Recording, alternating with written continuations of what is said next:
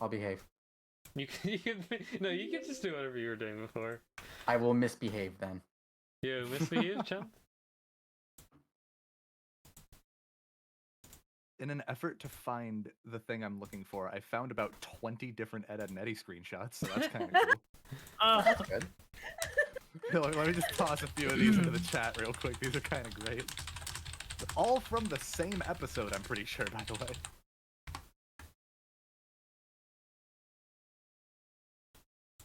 At least most of them are from the same episode. I'm about to flood our chat with these.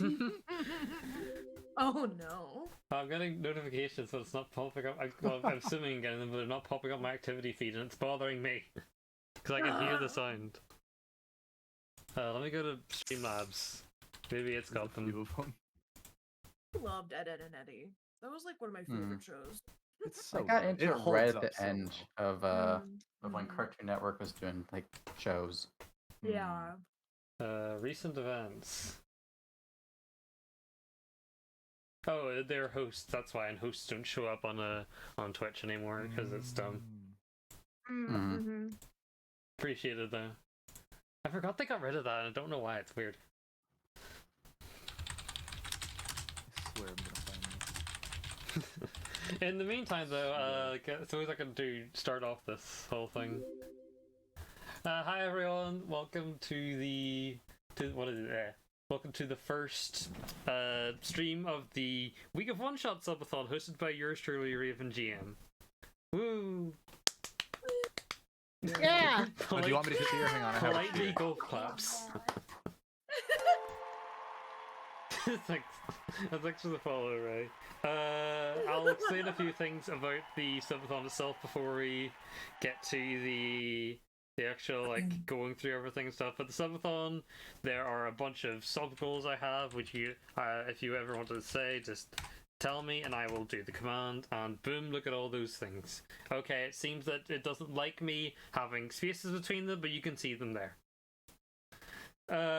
Anyway, so. There's a bunch of things you can do. We see all these symbols here, but also every 5 subs, a random player in the group that is currently being streamed will get an additional item to their starting lineup. As well as if anyone gifts 5 subs or more. Well, for every 5 subs someone gifts, they get to name an NPC. And they can name it anything they want as long as it's not bad. Like, as in, like, morally. Or terms of service. But, yeah, that's pretty much all I want to say for this. The week of one-shots, I will be doing 3 one-shots. This is our first group. And we are playing with a lovely bunch of people there. And, okay, thanks for 5 subs there, Chitata. It begins. Okay, so that also triggers the first one, which is I will be getting new emotes on my design. Nice. So yeah, that'll be... we have Okay, one NPC will be named Scrimbly. However, I will do that. I also make sure it is an NPC that exactly, like, has a... What do you call it? Like, is guaranteed to show up. They're not going to be a one that only potentially shows up. They will be there and they'll, exist and stuff. But, yeah. Okay, so that's enough of that. We can get to actually introducing people. I'll introduce myself first. I, of course, am Raven GM. I am your local Goblin Dungeon Master. The GM, however, stands for Goblin Master. There is a difference. Master of Goblins. Dude, I love that. Thank you. It was one of my main things that came up with this idea. But yeah, we have here, I go by they, them pronouns, and yeah, that's me. I will be your DM for this entire week of streams and also for this campaign, which is a Night of Masks and Monsters. We will be explaining more of it in a bit, but first we have to introduce our lovely players. First off, we have Bridgie. So go ahead, introduce yourself, Bridgie. Hi, my name's Bridgie Duskblossom. I'm a halfling lich, and I'm learning how to be a bard. I'm excited about playing in this one shot. It sounds so fun. True, big true. Thank you for that. Okay, next we have up is Jitazo. Hi, Jatazo Shin. Pleasure to meet you. Undead, fallen angel, something like that, right in that middle ground. I'm bad at introductions, but I'm hyped to be here because I live to play D&D. It's a good thing you're here then. Next up we have is Lilin. All right, hey, I'm Lilin Kashibari. I am a sleep paralysis demon from another dimension. Currently kind of stuck here in the human world. I absolutely love D&D, and I'm looking forward to getting all of the ones. That'll be next session. There's a few roles we'll be doing this session, but you know, there's not. It'll be mostly, hopefully, not anyone's. I'm going in with a 3 in Constitution. Oh no, that'll be worse than the 14 HP cleric we had in our last one shot. Also, we do have a lot of undead here, unlike fiends. As it should be. Next up we have is Paige. Hi, I'm Paige Monster. I am a kaiju girl. I don't know why I said it like that. That sounded like it was a question. It's not. Am I? Am I a Kaiju? kaiju? I am a kaiju girl, and I have never played D&D before. This is my first time. You'll Yay! do great, and as you see here, we've got a lot of people who really enjoy D&D, so you'll be in good care and stuff. Oh, I'm excited. I know you guys are going to be great. I'm really excited about it. Yeah, I'm glad to hear that. And last but definitely not least, we have up is Shrambles. Yo. Nice. Very minimalistic. And you love to Great hear it. intro. Great intro. Shrambles is not a VTuber, but they are what was it? VTuber in law is what we determined them as. Yeah. you remember. Okay, we have our Honorary dubbed anime.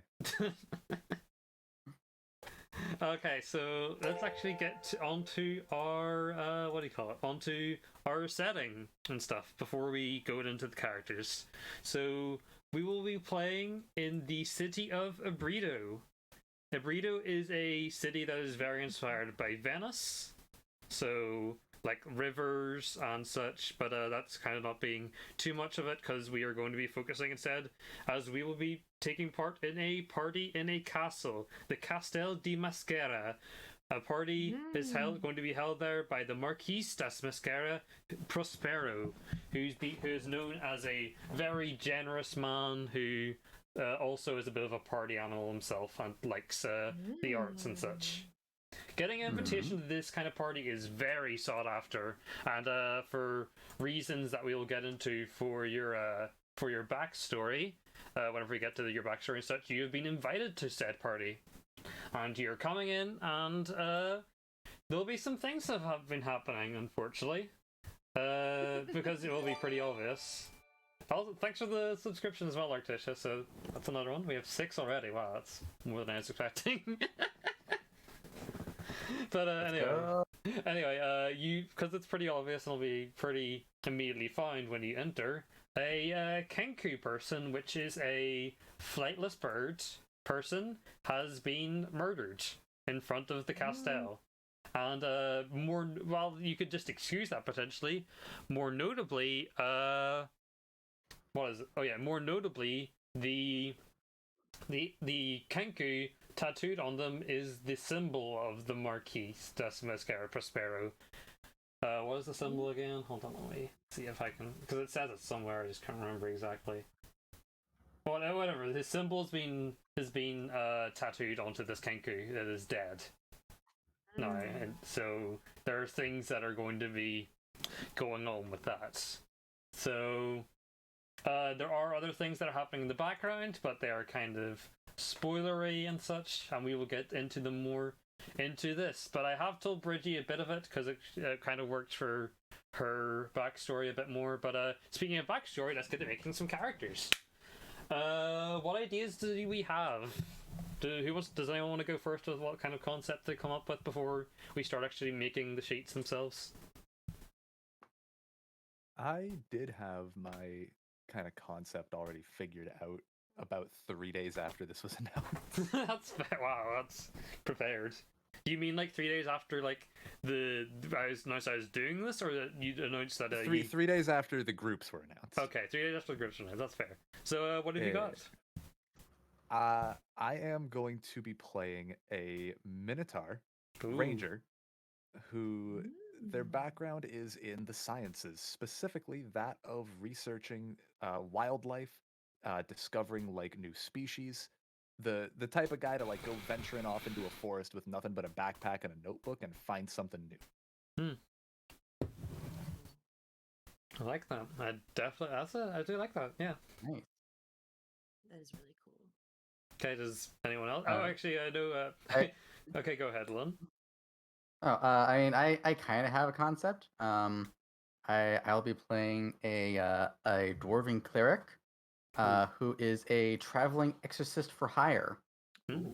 His whole thing is like rolling into town, finding where the local spirits are, and either negotiating those spirits to pass on or possibly by force, and then afterwards taking that money and spending it on spirits of the drinkable kind, and then running out of money and moving on to the next town before having to pay all of his debts.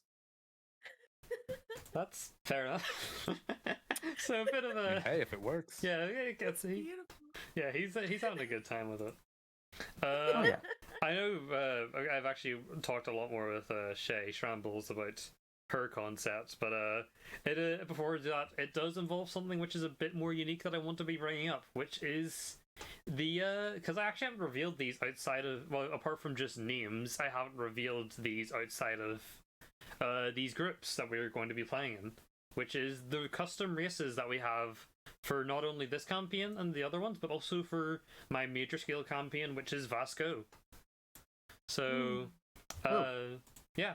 So the Vasco campaign has a lot of races. As you can see, I put it on stream. There is, as you see here on the spreadsheet, there's a lot of custom races and stuff. But specific, At least 3. yeah, at least 3. At least 3 I races think there. I came up with the ones that are entirely original. There's 6 currently. But who knows? There could be more. Wink, wink, nudge, nudge. Specifically, though, if go ahead and describe your character, then we can talk about more of the race themselves. So describe your character, Shay, and what they are going to be. I'm going to be playing an inquisitive rogue called Sherlock Bones, and they're going to be a spellborn that is basically a skeleton. Yeah. Hey. So, as she said, we are going to be looking into a spellborn character. Spellborns are beings who have living spells that have formed a bond or a pact with a mortal vessel who wishes to seek greater magical power. It has a bigger thing in the setting they are from, which is they are from Magotheus, which is a country in Vasco which is where religion and magic are pretty much viewed as the same thing and are incredibly intertwined. And if you do not have some kind of magical like being to you, like magical like power to you, you're pretty much viewed as lesser. Oh, interesting. Yeah, so people without magic, sometimes they end up making pacts with these living spells to become spellborns. And they get a bunch of unique Like things. They get compared to the other races, they only get a 2 stat increase to either wisdom, intelligence, or charisma, and nothing else. However, they carry over they carry over movement from the mortal body they had before, which means that if you had any additional like speeds or such, even like swimming or climbing speeds, you get that as part of your thing too. They additionally also get a 1 cantrip of their choice to know, no matter what they are, and they have a bunch of other unique magical benefits, including their main thing, which is known as mana drain, where whenever they kill an enemy user who uses magic, they can gain the number of spell slots that are left from that magic user to either regain their own spell slots or gain temporary HP. That's cool. I like that. Yeah. But yeah, that is who Shay will be playing. They'll be playing Sherlock Bones, who is a spellborn rogue. We have 2 more people left. We have Bridgie. Sorry, I just kind of went with that one, but because me and Bridgie like just before we're talking about what her character is going to be. I'm going to be playing a human something. who's got a background as a military officer for the Empire in Pascal. That's it. That works. Yeah. Did you say something because you don't want to say the class, or what? Yeah. I want it to be a little ambiguous right now. That's fair. That's fair. Then we can just do that. Finally, we have is Paige. So I don't know. I decided that I was gonna be a goblin, a goblin bard, whose name is Gruntilda. You can call her Grunt for short. And she plays the banjo. Nice. That's fair. I'm still, like I said, like I've never played before, so I'm still learning a lot about, you know, all of the different like things that you can do That's okay. in D&D and with your characters and stuff, but yeah, no, so that's the That's okay. she's a goblin bard. She plays the banjo. We can go for most of it during the sessions. That's fine. Mm. I did decide though that she or at least I was she plays the banjo, but like she doesn't play the banjo in a way that really like she wants to be a really good banjo player, but have you ever seen a banjo cover of like a heavy metal song? I love this. Yes. I love where you're going with this. that's her. She Nice. Oh, that's amazing. Just She plays- shredding on that banjo. Yeah, just metal. imagine her playing Slayer, like on a Yeah, that's cool. Nice. I love this idea already. I'm immediately reminded of the Rob Scallon videos of like Angel of Death and Raining Blood on a banjo. Yes, absolutely. yes. Peter, just by the way, It's since like oh, it's fine, go ahead. I just, it's like those night wish videos on a hurdy-gurdy. Best thing ever. Those are so good. Yes. I was just gonna say, Paige, if you could join the Roll20 game, if you could launch it, then you can see everything. Oh, I'm so sorry. Yeah. It's alright, it's alright. There's nothing, we haven't done anything on it yet, but it's just so it would make sense when we get to everything else. So, there's one thing I will say that I'm pretty sure Shay ended up not knowing that we were doing it, but that she rolled out her stats already, so once we get to making her character, she will already have the stats there and stuff. But for other people, let's get on to making stats, and we'll go through with this page because I think it would. Actually, would you rather I do it with you first, or would you rather do it so I do it with someone else and you so you can see how it works?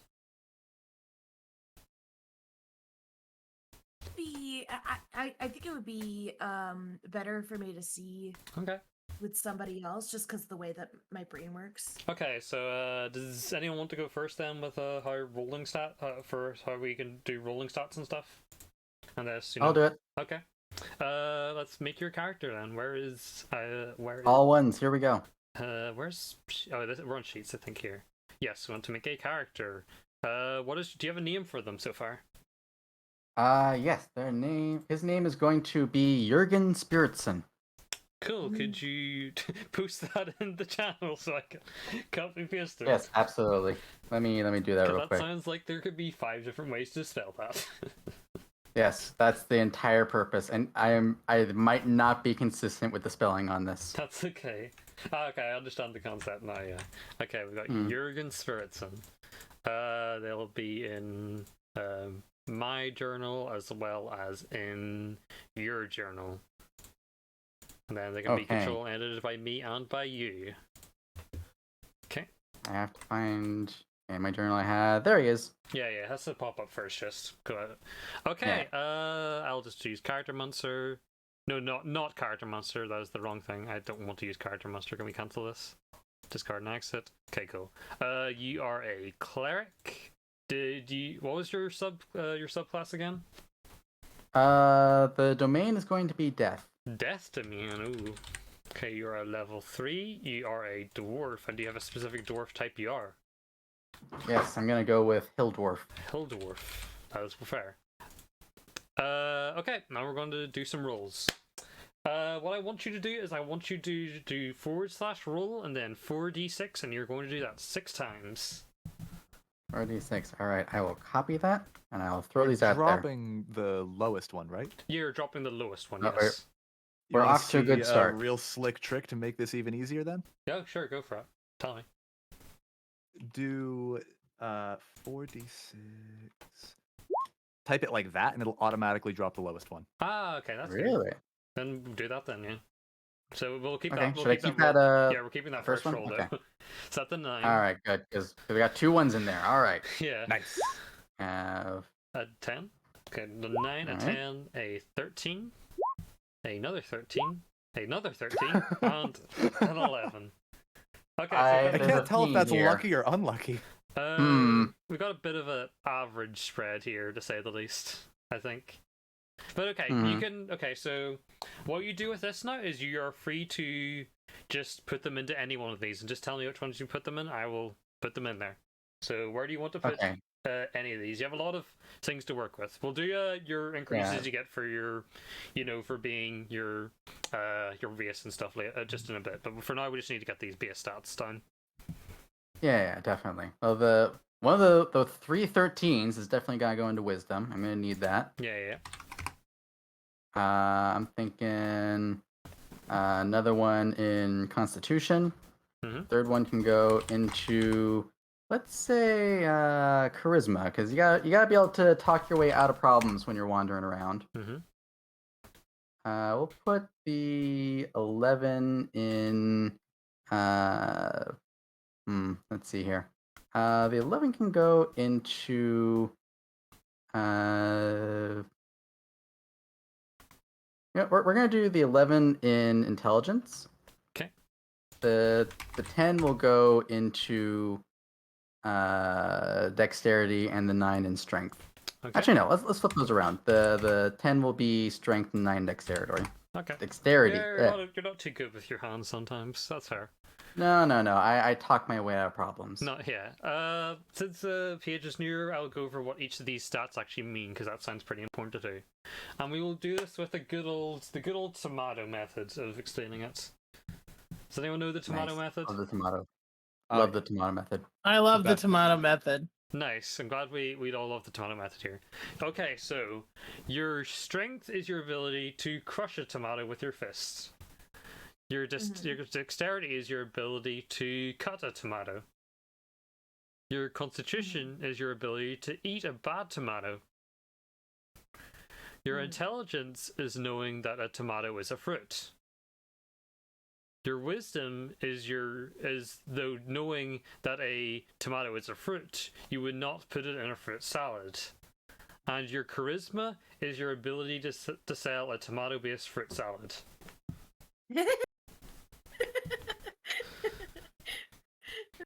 Yeah, That's pretty great. that's why I love that method. Mhm. It's so good. But yeah, that's the rundown of the stats. We'll do skills, and then I'll let you do the rest of everything else. Actually, we'll do skills, and then we'll do. Actually, since we're rolling, we'll leave skills for a bit. Let's do your HP.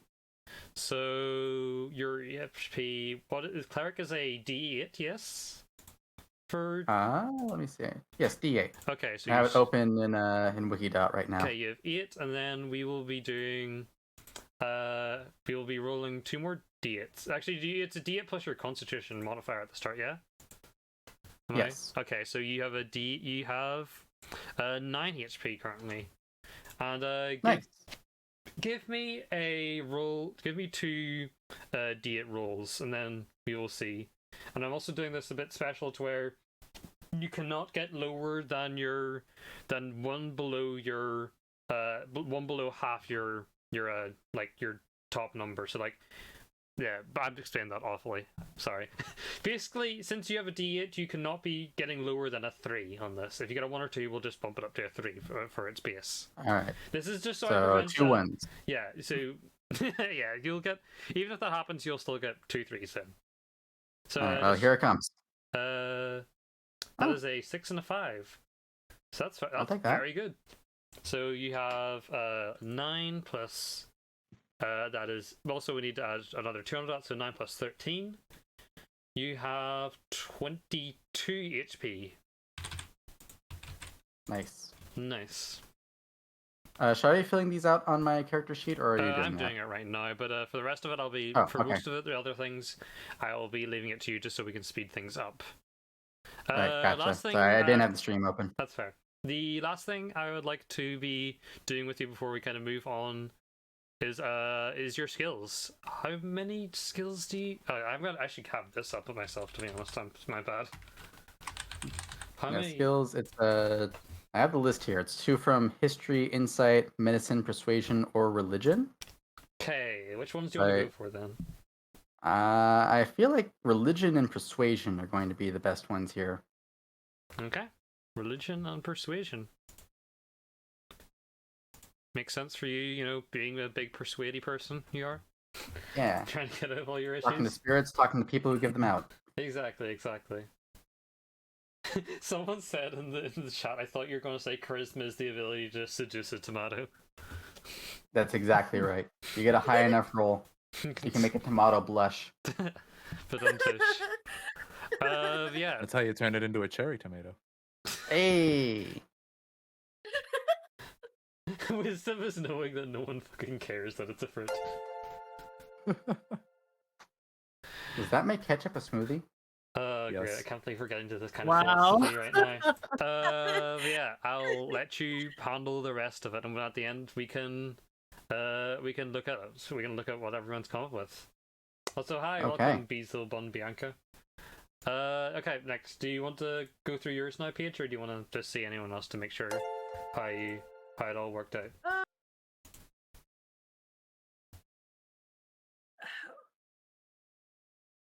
Is there anything you need like explaining, or like how it all worked, or was that like did I go too fast or anything?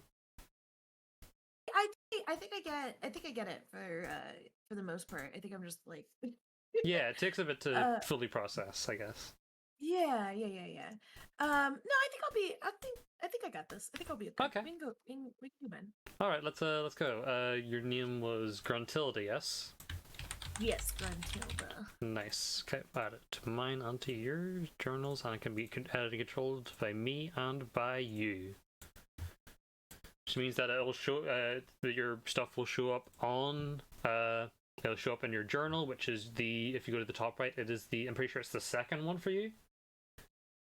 It should Okay. show up. No, I do not want to create it. I didn't want to make it an NPC. Oh great, now I think I have to remake it now because I made it as an NPC. Oh, Oh whoops. no! It's fine. I just have to delete and remake it. It's nothing major. Let's start. Come up with a new character, quick. Can't believe I already had a death and we haven't even started the campaign. Yep. Oh no! It's just the I, spirit of Gruntilda. Like I'm not even like a just, Until the 2. Gruntuda. Okay, yeah. right. Execute directly. You are a bard. We'll get to your subclass in a bit, so I can explain it a bit more. But for now, you are a goblin, and if you want to do what Chitazu put up there earlier, I'll also just copy paste it into the Discord so everyone has quick access to it. Okay. Let's put that on. Oh, thanks for the thanks for the bits, and also that Ray in the message gave some messages of support to you, Paige, saying that good luck on your rolls for your first ever character. I appreciate that. Oh, okay. So just start whatever. Yeah, do that. Just- Do that. What I posted in the Discord channel, put that into that 6 times. Okay. 11. 13. A 12. Another 12. Ooh. Ooh, max Ooh. roll. Hey, nice. The bits came in handy. Yeah, that came out of 17. You got some. You got some very Yeah, good rolls. Nice. Hey, Yeah. alright. Oh, No! heck Was that- yeah. Yeah, you're at least going to have a plus. Well, although to be fair, you're a bard. You You can't don't have a minus single anyway. stat below 10. Yeah, even Yeah. to be fair though, she couldn't Imagine that. She couldn't have a She couldn't have a modifier below that. There's a 0 anyway because she's a bard and she gets jack of all trades. You know. It's amazing. Ooh. Yeah, very good rolls here. So Okay, so if you want to go for what a bard wants in stat wise, your most important stat is going to be your charisma. Your charisma is how you cast your spells, so that means that it is the basis of all your damage and your other spells. Okay, so basically put that 18. Like, Yeah, I'd in recommend putting charisma. that 18 into charisma. That is definitely where you want to be putting it. definitely. Honestly, apart from you get a +4 to any charisma modifier things now, and that is amazing. Sorry.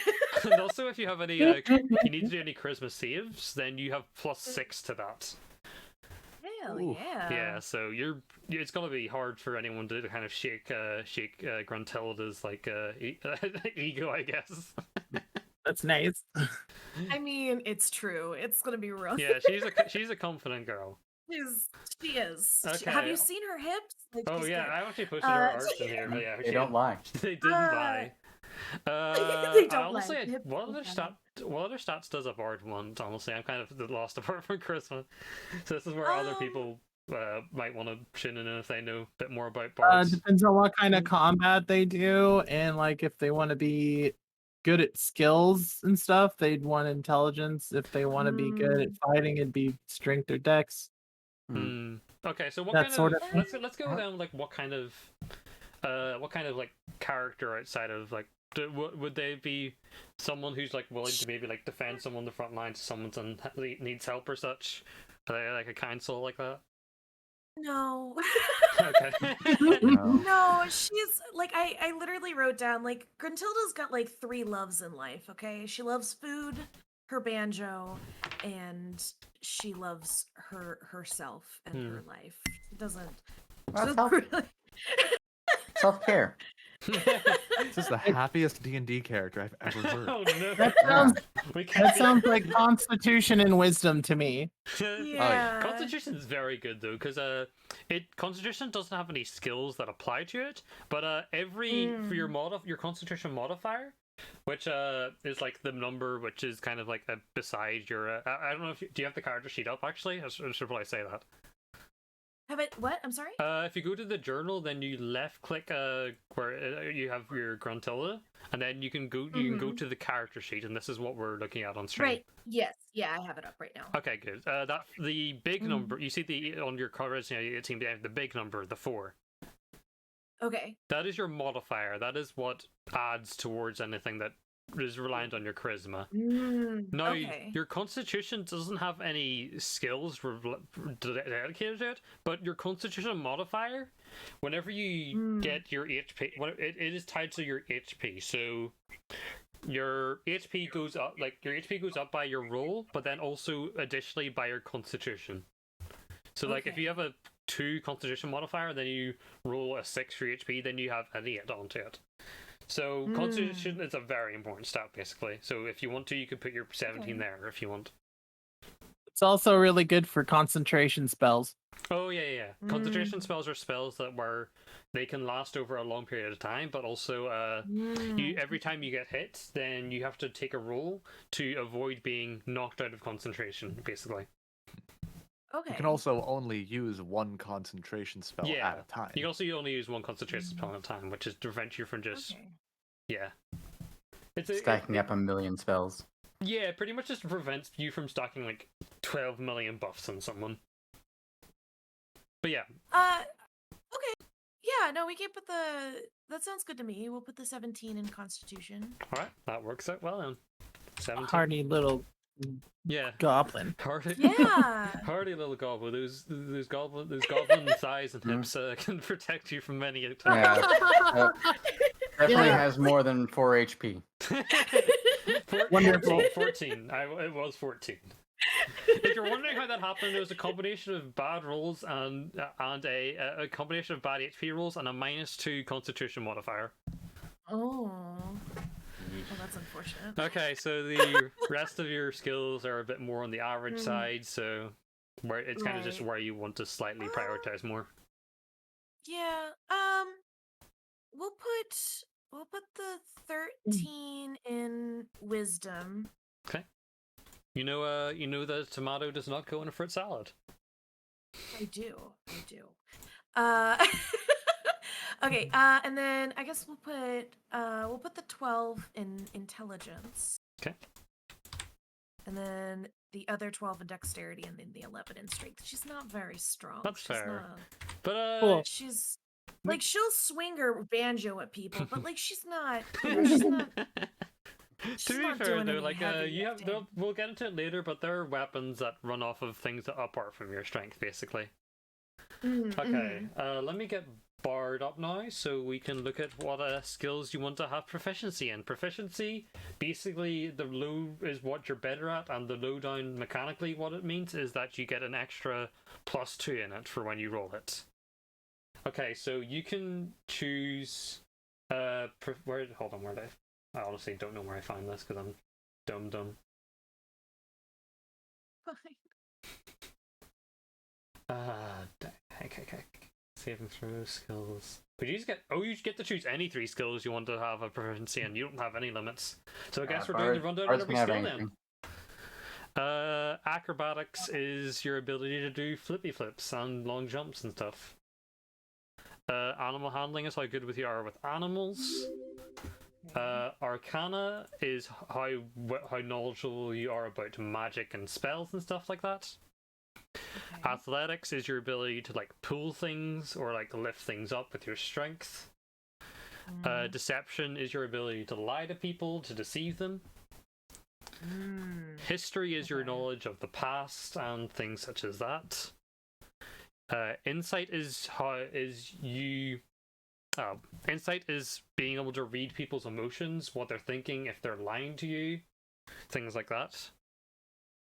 Your intimidation is your ability to like intimidate someone, basically. Some of these are self-explanatory, to be fair. Investigation is your ability to investigate the area and see things that are not just like what you immediately see, basically. Is there,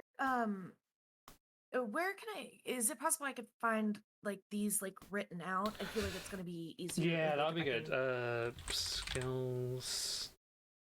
I'll just put skills 5e and see if I can find something.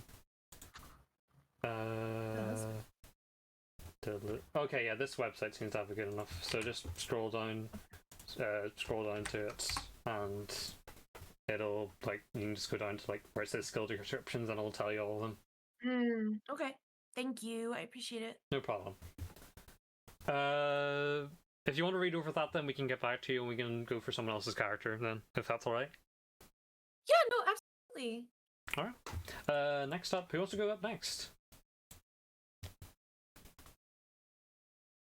I can No one go. else. Oh, okay. Okay, so Bridgie, you want to go? Right. Sure, yeah, I'll go. Okay, Bridgie, do you have a name for your character? Vanessa Favaro. Favaro. How do I spell Favaro? Favaro. F-A-V-A-O-R.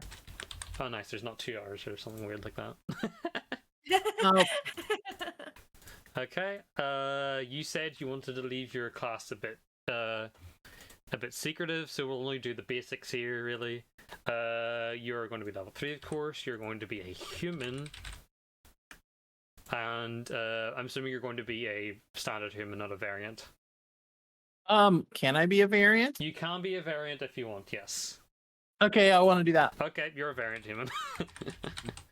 We're looking like we're having someone with a feet. Okay, cool. Okay, cool. now do your rolls into the chat. Do that 6 times. 13, 12, 16, 14, and a 16. Okay. Pretty good rolls. Cool. Alright, Nice. so where do you want to put these into? Let's see. I would like to put 16 into strength. 16 into charisma. Ooh. She is a military person, so it makes sense. Strong, charismatic. 14 into constitution. 13 into dex, and then 12 intelligence, 12 wisdom. But even that's your less stats. Like you're like your quote unquote dump stats. You're still like smarter than the average person, basically. Very Mhm. good Nice. person. Look at what your. Do you want do you want to like do your skills now? Although it could possibly give away, but it might not unless someone knows deeply into what skills they are. Well, the only skill I get right now is 1, and I'm gonna choose athletics. Okay. Strong. And then I get 2 +1 to 2 stats for human variant, for and being a I'm human gonna. variant. What do you Which want one to go did I? into? Do you want to put it into your 16th, or do you want to? Which one did I put 13 into? You put it into dexterity. Yeah, I'll put 1 into that, and then I guess 1 into strength. Huh? Yeah, it's Cool. fair. It doesn't tip anything else. Nothing else would have tipped anything into Right. another mod. Wait, actually, let me check. Okay, yeah, no. No, if it's an even number, then bumping it up won't do anything. Okay. Yeah, you got some. That's the downside to sometimes getting some of those even numbers. But yeah. Okay. Anyway, I'll. Would even rolls give it away? I think HP rolls would even give it away. I'll trust you. No, I'm taking my first class. My first level is gonna be in fighter. Ooh, first level fighter. Okay. Oh, A multi-class. Mm-hmm. Do you want to just put? I don't know how to do multi-class on Roll20. you know can if- click on the little cog wheel next Yeah. to spells, and then Uh, select your second class, third class, etc. Ah, okay. Oh, cool. Uh, So we just do fighter for the first one. Okay, I'll just do fighter here then. Second class, I'll let you do that yourself. Because it's something you want to keep secret. But yeah, so or is it? Do you want to? It can be a secret. Oh, no, it's just like you said earlier that you want to like. Yeah, it's a secret. It's a Okay, secret. cool. Well, we're keeping a secret. Since you know what you're doing stuff, I'll let you do your stuff. Then. Cool. Okay. Okay, so we have who do we have? We have Jurgen. Oh yeah, we have Jitazo and we have Shay. Oh. Who wants to go first for their character next?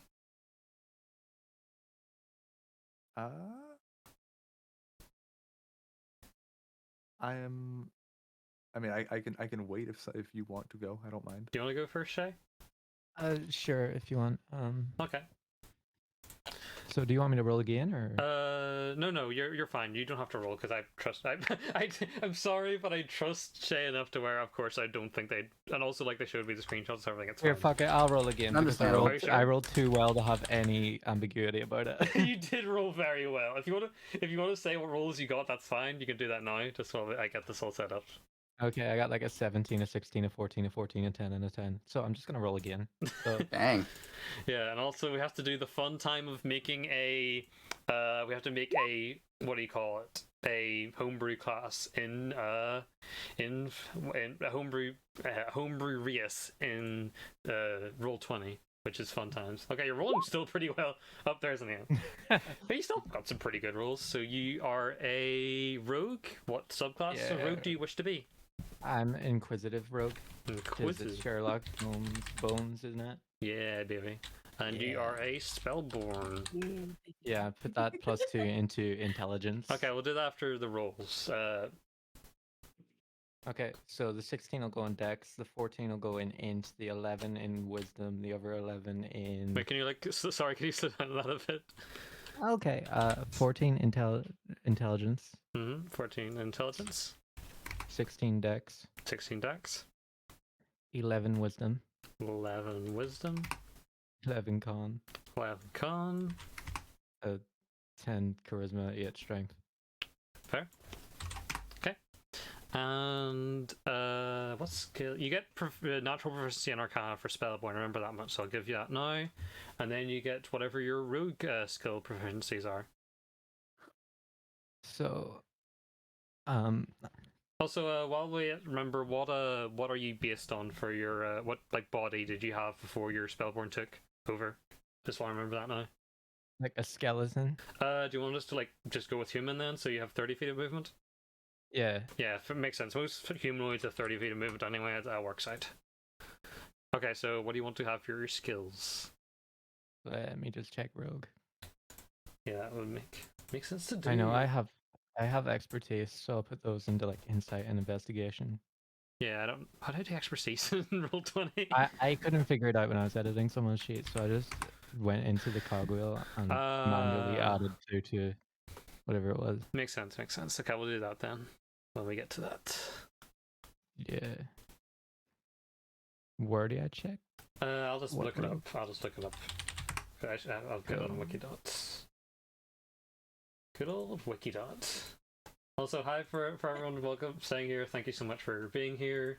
I know it might not be sometimes the most interesting thing, but yeah, I hope people are enjoying it still. Oh, I got it.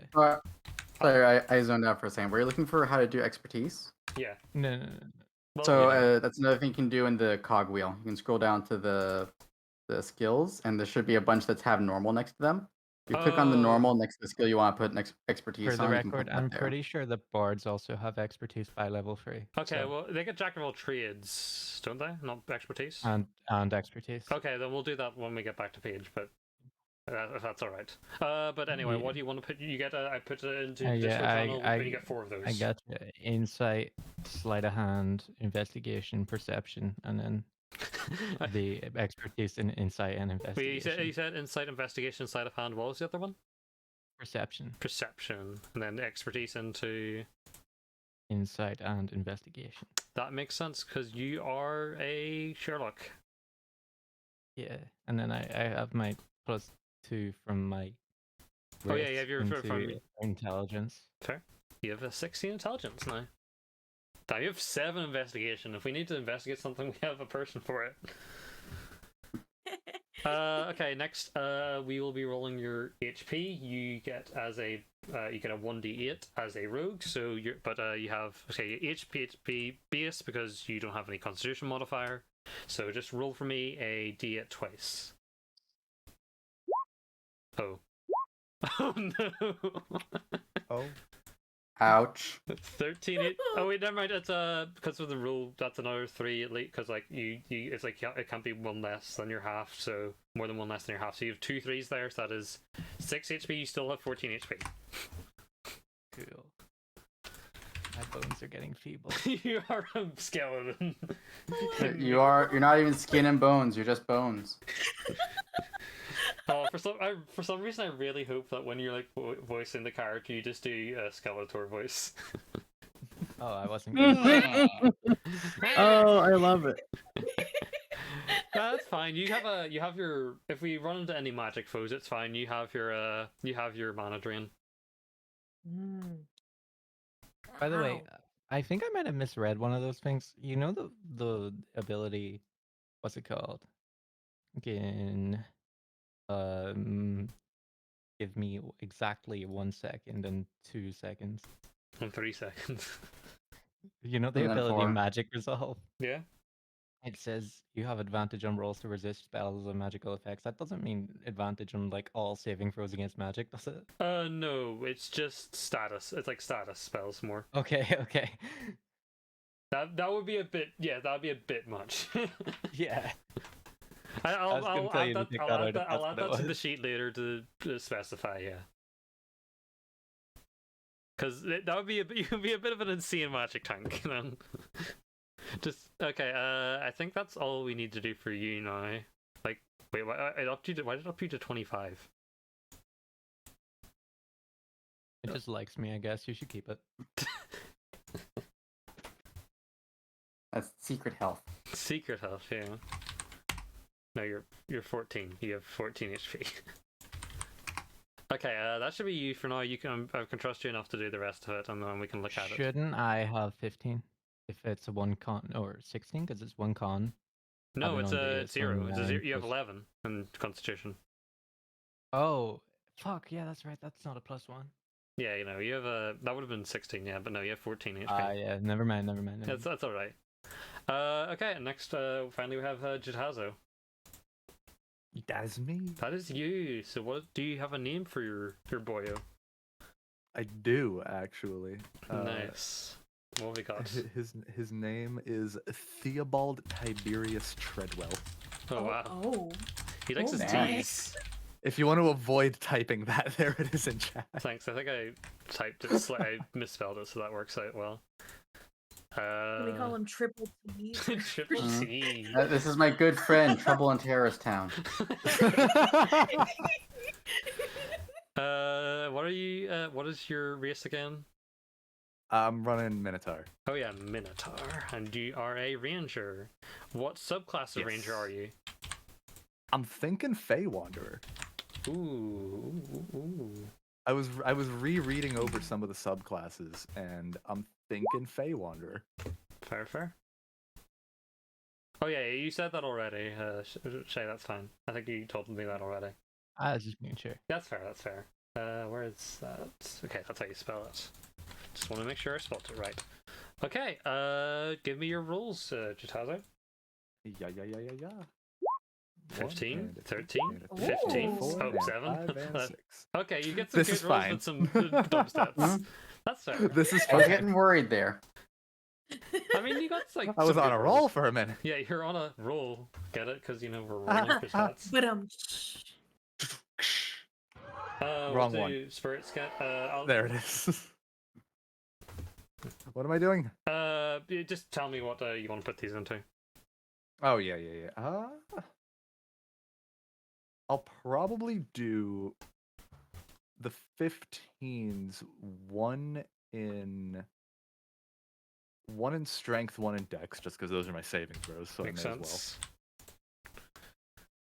I'll put the 13 into charisma. 13 charisma. Okay. The 11 into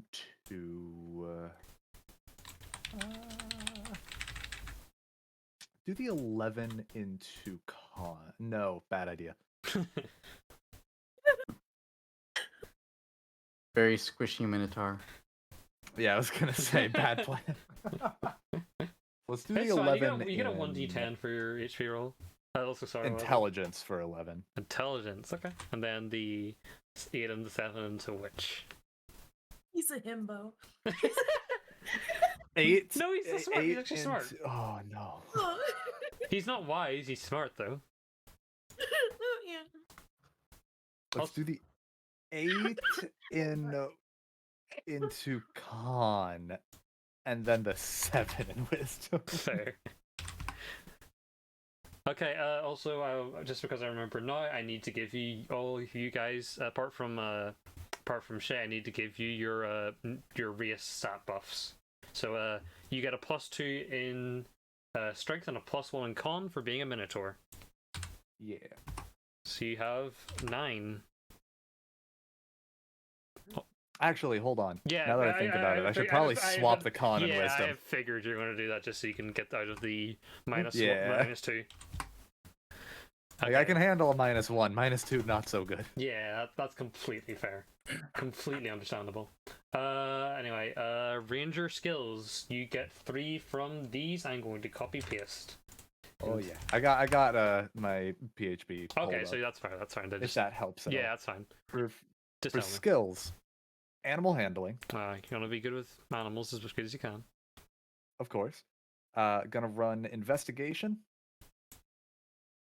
and nature. There we are. Okay, and finally, I just need you to go for your hit point rolls. So you have a 1d10, you have 10 minimum, but that is -1, so you have 9. And give me 2d8 rolls. 2d10 rolls, sorry. 2d10. Boom. Ooh, okay. Nice. That recovers that. That's a -2 though. 16. You have 16 plus 19. You have 25, I think. 16. 16 plus 9. Yeah, 25. Yeah, so you have 25 I was gonna HP. say 19. Where'd I get 19? Don't correct that. Take the Not 19. complaining, but like. Okay, that should be you. And just while I remember this, I'm going to give everyone else their stat ones. So yeah, Sherlock Bones gave you yours. Vanessa, do you want to put your ones into whatever it is? What's that? You get your 2 one. Have you put your 2 ones that you get for being a human, a variant human, into? your stats? Yes. Okay. Yes. Gruntilda, what does Goblin get for their stat bonus? Let me check. Also, we can, talk with you about what you want to put your, your whatever, how many it is. I can't remember. I already forgot how many you get. I think you said it was 3. I picked I 3. think it was 3, yeah. But I'll just check. As a Goblin, you get a Dex +2 and a Constitution +1. That actually puts you up to 18 Constitution. It means you get you get an Nice. extra Dang. 2 HP, which we actually haven't rolled yet. Very thick goblin. I am like, I'm ready. Let's go. Yeah. Okay. While we're talking about HP, though, let's actually first, since you have it ready, we'll do your skills. What skills do you want to have? Persuasion, intimidation, and performance. Ooh, scary goblin. But You more gotta like, have intimidation for death metal. Yeah. This is fair. Yeah, that's That is exactly fair. like what I was thinking. That's. Okay. Like, Right up she in is- someone's face and just growl at them. Bards do get expertise at third level, by the way. Yeah, I It's saw that now. proficiency. But yeah, thanks for making sure for that, Shay. Much appreciated. Now you're going to roll for HP. I want you to do a what you do /R, and then roll me a D. I'm pretty sure it's a D8. Let me just check. Yeah, roll me a D8 twice. Sorry. Do What twice? D8, an 8-sided dice. So do this twice, but without the dot. Oh, okay.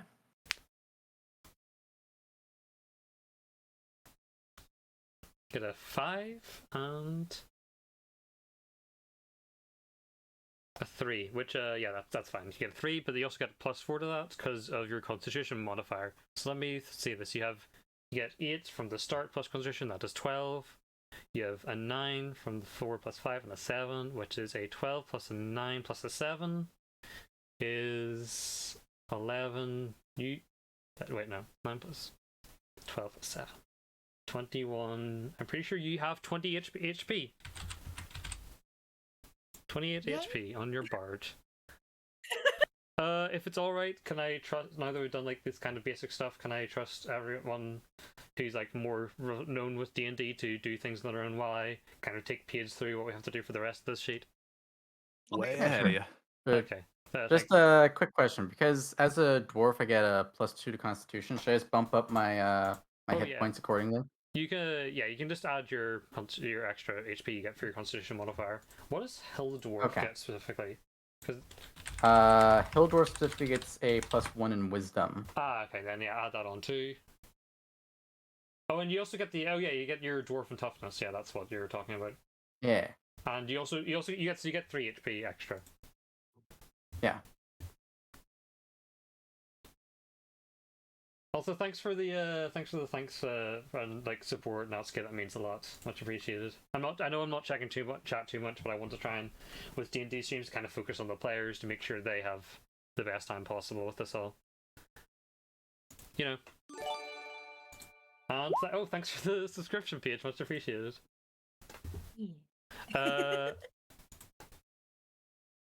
Abjuration cantrips. Gotta love these abjuration cantrips. I know what that is, though. I didn't need to do that. It's fine. I figured you didn't. It's perfectly okay. Okay, let's go through the rest of making your character now. So first off, we're going to give you things you're proficient in. This means, actually, no. Let's start with your equipment. That makes more sense. So I'm going to copy paste this in, and this will be your starting equipment. So as a bard, you choose one from each line, or like if it has A or B, C, then you get one from each line. So you have choice between a rapier, a longsword, or any simple weapon. Let me get a list of simple weapons up for you as well, so you can scan over those. So I don't actually like this. Thank you all taking your time to help me. It's fine. Don't worry. It's absolutely fine. Yeah. Okay. Wikidot once again is the savior. Yeah, that will have the very first thing is all your simple weapons. So you can have that, or you can have any simple weapon, or you can have a rapier and a longsword. I think I'm gonna give her a dagger.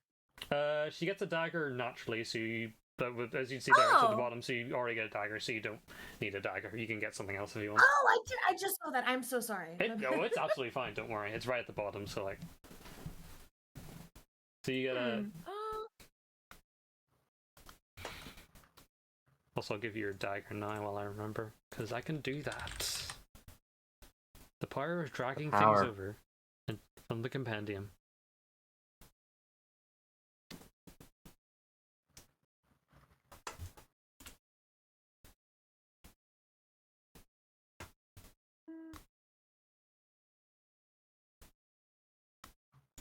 Well, I guess I'll go with the longsword then. That's fair enough. Longsword it is. Sometimes you just need a longsword, you know? Mhm. Just Sometimes you just need a good sword to stab people with. Yeah. Weapon proficiency. Whoops. Okay, what else do you get? I will give you all the stuff what is in a dip. I'll give you like to the pack things, because the packs are kind of. Okay. Yeah, here they are. So you get the choice between a diplomat's pack or an entertainer's pack.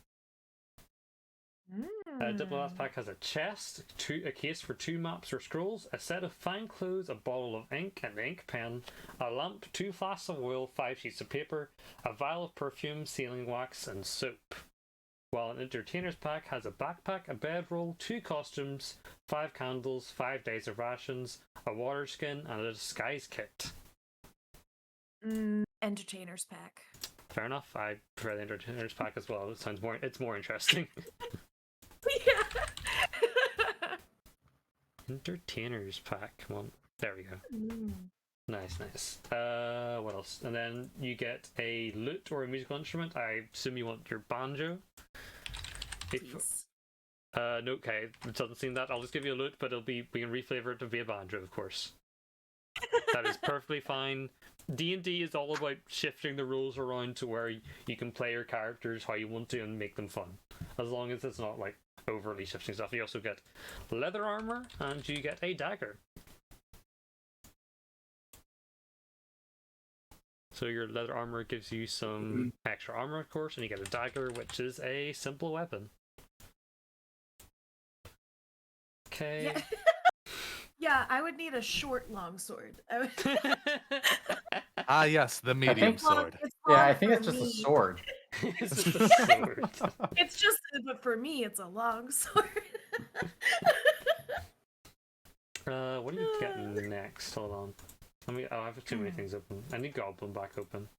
Okay, Goblin. Yeah. That's fine. Okay, you have 30 speed. You have 30 feet of movement per turn, which means in battle, when your movement is not restricted, only in battle. In which case, you have a limited amount of movement. Every square you will see whenever we get to the map is going to be represented 5 feet. So essentially, you have 6 squares of movement. Okay. As a goblin, you get dark vision, which means you can see in the dark. Hell yeah. Come on, this thing better have dark vision. Okay, good. You never know. Sometimes they don't. This compendium thing has underwhelmed me greatly before with what it has available. You get a skill called Fury of the Small, which means if you are attacking or if you're damaging a creature with an attack or a spell which is larger than you, you can cause that attack to deal extra damage to your level.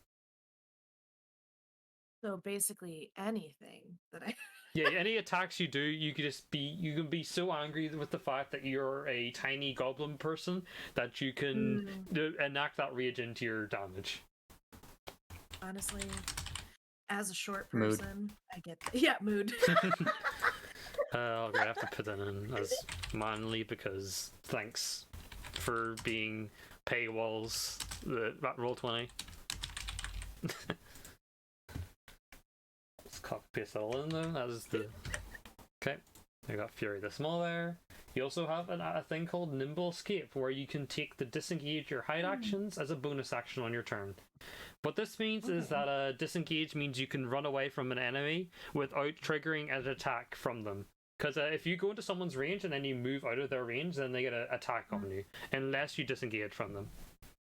Oh, okay. For most people, that requires you to take an action to disengage, which means you can't attack them. But as a goblin, you get that as a bonus action, which only limits certain spells you're able to do. Okay. So yeah, it's pretty handy. It allows you to just move around the.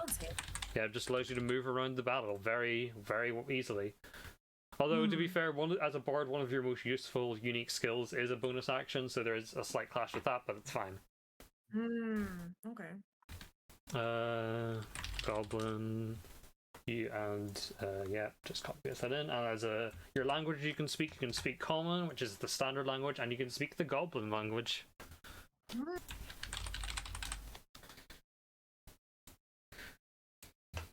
So, language, Gobbo.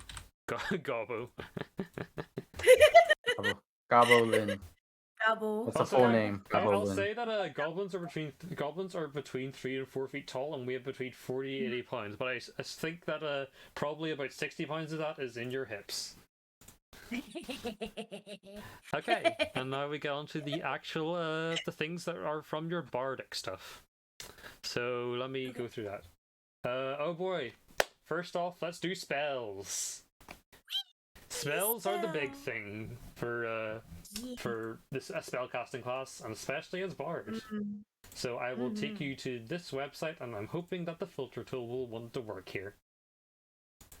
It does not seem that it will want to work. That is unfortunate. Okay, but it's fine though. I will instead just share my screen for you, and I also bring this on stream so everyone else can see it. Okay.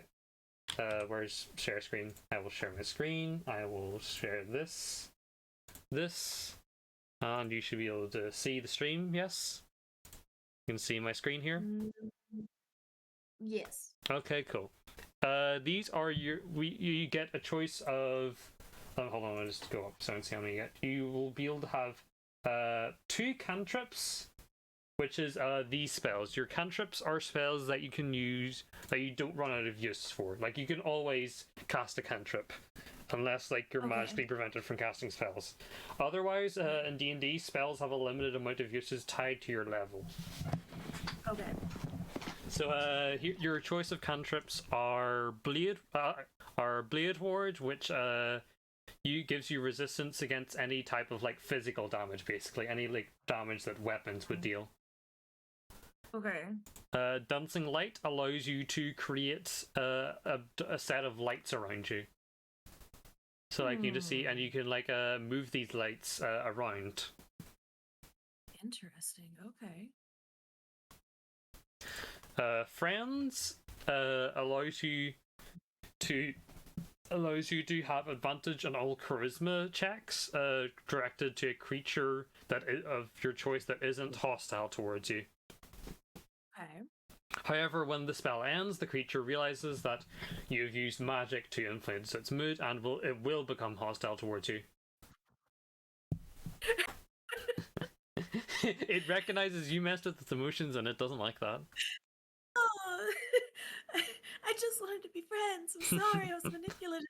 Yeah, you're kind of manipulative. That's cool. To be fair, the bards have some mean spells. Like, bards can like be mean people for sure. Anyway, next up you have is light, which is like you can touch an object and it will shed a bright light in 20 feet foot radius around you, and then also for dim light for another 20 feet. And this light can be whatever color you wish for. Okay. It's of course it's good to have a light, but then also you might not. Sometimes you don't want the light, you know. Right. Yeah. Okay, sorry. You have next up. You have Mage Hand, which you can make a spectral hand, which you can float and you can do things like that a hand can do. Although it can't carry anything that's like heavier than 10 pounds, so like it's really only for more lighter things. Okay. Mending is not a healing spell, despite what it sounds like. Mending is you get to repair breaks in objects and stuff. As long as the break is not larger than a foot, you can mend it, and it'll have nothing. It'll have like no sign that it was ever damaged, basically. Message is a pretty good one. You can point your finger towards a creature that's within 120 feet of you, and you can whisper a message to them. Oh. You can. They can reply in a whisper. Also, you can pretty much have a private conversation between you two mentally. If you know someone's there, you can even do. And you know the person, and you know someone is like you know someone's location. Then you can even do this through solid objects like walls and stuff. Oh. Oh, minor illusion's a fun one. You can pretty much create a illusion of like a minor creature, or like of a sound or something. Interesting. And you can get very creative with this. I was like, these are so fun. Yeah, spells are very fun. However, whenever you do it, the creature that you're like, if you're trying to like say like use a, say you're in a situation where you're trying to get, let's say like someone who's like a guard is coming after you, and you want to try and make it so like a lord, like the lord of the castle or something is like coming towards them to stop them. They would make a investigation check to see if, against your spell save, which is a thing dependent on your charisma. So they will, and if they feel that, then they will believe it. If they succeed, then they will see through the illusion. Okay. Prestidigitation is another one that has a lot of potential like creative use. You can do minor like magical tricks, like create like visual effects like sparks or wind. You can light or snuff out candles or fires. You can instantaneously clean or soil objects. You can chill, warm, or flavor objects even. You can make a color or a symbol appear on a surface for an hour. And you can make a non-magical trinket or illusory image that fits in your hand and lasts until the end of like your next turn, which is in D&D turns last about 6 seconds. Okay. Yeah. After all these, when we're actually getting back to more damaging ones, Thunderclap, which you create a burst of sound around you, which everyone within who's like adjacent to you that other than you must make a Constitution saving throw or take 1d6 thunder damage. Thunder damage being this damage that's usually not actually thunder, but like more related to like sound and stuff. Okay. Okay, we're nearly done with just cantrips. I'm sorry, but just cantrips. It's okay. Yeah, True Strike allows you to point your finger at a target. You can pretty much on the next turn you can gain advantage on your first attack roll against the target. Advantage means you get to roll twice. So you can pretty much like debuff someone, so you get an extra chance of hitting them. Okay. And then finally, the all famous Bard's cantrip, Vicious Mockery, and this one is very fun to do because what happens is you just unleash insults with enchanted insults at the target, and if they fail a system throw, they take damage from it. And often this means that you get to insult the person like in character, so you get to just say it. Okay, so like I do get a lot of like D&D like TikToks and stuff that show up on my feed. Vicious Mockery's one, isn't it? Yeah, there's this audio and it's like them like playing the ocarina and they're like, your mom. That's basically it.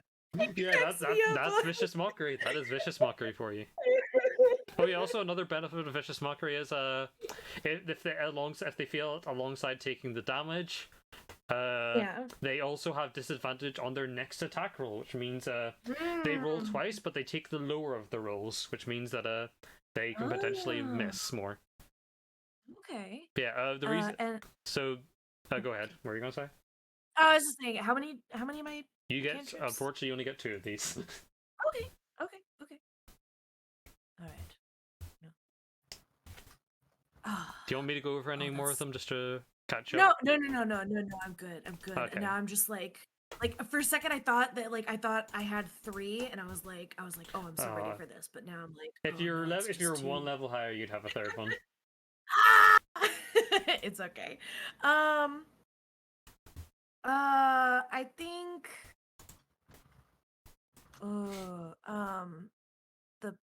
I want the prestidigitation. Prestidigitation. Yeah, prestidigitation. Yeah.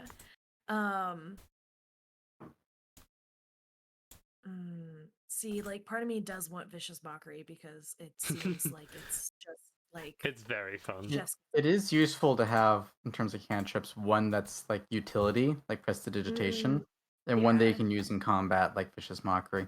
Right, yeah. So it's not a I bad was way to go. I was like, Vicious Mockery sounds like really fun, but also like I don't know. I had this like image in my head of like thunderclap, of Uh, like just wailing on my For- banjo real quick, and just like, wah!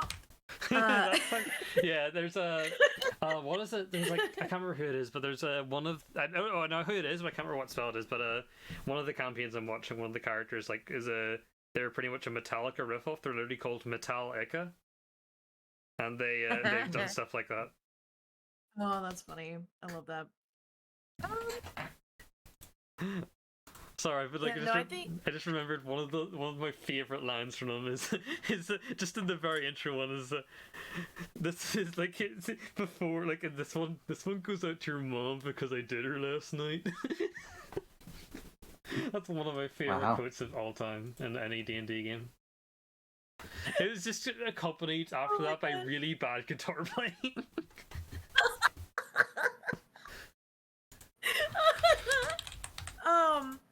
You know what? No, yeah, we'll go with we'll go prestidigitation. I Presty. apologize. Good old Presty. Okay, yeah, Presty. A little Mhm. Presty.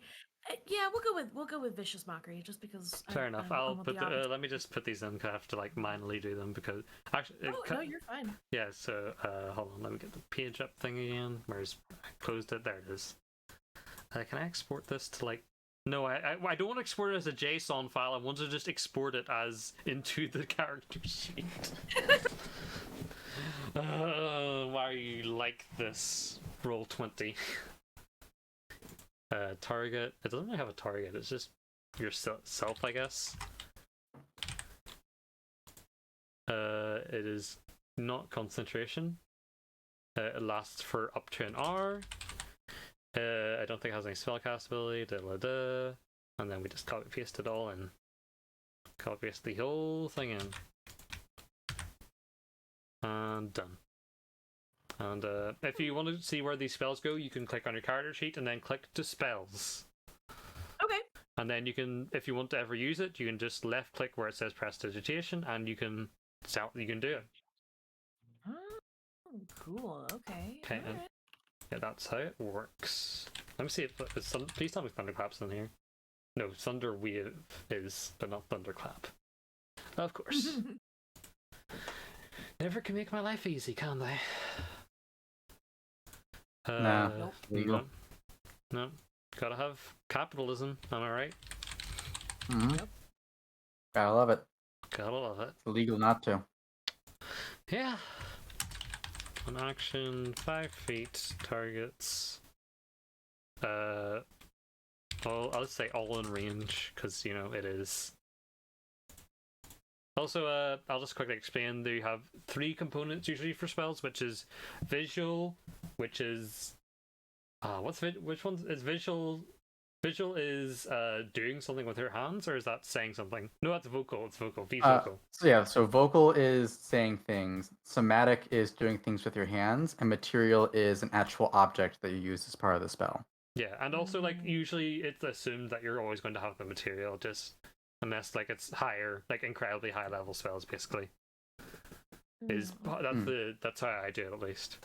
Why did it? I think you accidentally closed it. I think I did. I did. I'm so sorry. I thought I was fine. thinking something else. Okay, it's fine. I got it back. It's nothing. It happens whenever they have the editing and the seeing part of it pretty similar. So I just and also it makes sense that you'll need to edit things later on. So I just allow you to edit it, but it's fine. Don't worry, you didn't mess anything up. It was just surprising. No, why did it zoom me in? It's weird. That was weird. It like zoomed me in slightly on my browser. No, it's just raw 1d6 damage. So this is an attack. It is a none. It's just a save. Saving throw for con and no damage if it misses. But you said wanted Thunderclap, yeah? Yeah, no, Thunderclap's good. Okay, I was just making sure if you didn't say. I wasn't sure. I can't remember if you wanted Thunderclap or Vicious Mockery. Healing. It doesn't do any healing. I will copy paste. I will, include the just. Actually, no, it doesn't really do include because it's kind of basic. And I will know what it does anyway. And then at higher levels, I'll put it in there just because I'm specific, even though we will never get to higher levels. Well, high enough levels for you to matter for what the higher level aspects do. Because basically, cantrips level up with you because, basically, if you reach level 5, then you get 2d6 worth of thunder damage rather than 1. Okay, now that is your cantrips. Now, however, bards don't really focus on cantrips, they get a lot more spells, however. You're going to be getting 4 first level spells. Which I will go over quickly because there's a lot more of these. Animal Friendship, you can convince a beast that you aren't going to do damage to it. If anything harms it though, then the spell loses effect. Bane, up to 3 creatures of your choice can get debuffed and must subtract a d4 from their roll for any attack rolls or saving throws they do. For up to a minute as well. Bane's pretty good. Charm Person allows you to charm someone, which means it can't do any harm to you or your allies, and it recognizes you as a friendly acquaintance. However, it will also know that, similar to friends, it will know that you charmed it basically at the end when it wears off. Ooh, Color Spray. Color Spray is you get to flash lights from your hand. Roll 60-10, which wait, hold on. Oh no! This is a. Can someone explain Color Spray? I'm bad explaining this. Color Spray is basically when your computer screen starts flashing in a bunch of different colors.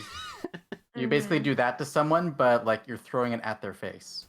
Oh. And a lot of spells, you can reflavor them and have the description however you want. So, for example, for you, Color Spray could be pyrotechnics that spray out of your banjo or something. Yeah. Yeah, you can do a lot of cool stuff with being allowed to do stuff. Yeah. Also, I just realized that the Dark Vision spell is not the trait Dark Vision. Why does it really want me to manually enter something as simple as Dark Vision? Yep. I had to do that though. Oh, that's so dumb. It's very fun. Do very Spellborn intelligent. get Dark Vision? Do Spellborn do not get Dark Vision, no. Cool. Also, do we get starting gold? I'll give you starting gold. You'll probably get I'll give you 20 to start off with, but there's not going to be too much you're going to be buying or anything. It's just for, I suppose, RP purposes if you want to do anything with gold and such, like make bets or something. I don't know. Going back into spells, we have Command, where you can a creature must succeed in a Wisdom saving throw or they must follow a one-word command of your choice. It cannot be directly harmful to the creature itself, but it can be harmful to other creatures. So you can do things like approach. You can make it come towards you. You can drop whatever it's holding. It can run away. You can make it run away from you. You can make it fall prone on the ground. Think a lot of things like that, basically. But it's another one where you get a bit more of creative freedom and stuff. Comprehend languages. Comprehend languages is a fun one. For the duration, you understand the meaning of any spoken language. So, and you also understand any written language that you can see as long as you're touching it. So it allows you to read languages, basically, that you can't read naturally. Okay. Cure Wind. Cure Wind is a simple healing spell. You touch someone and they heal 1d8 plus your spell casting ability modifier.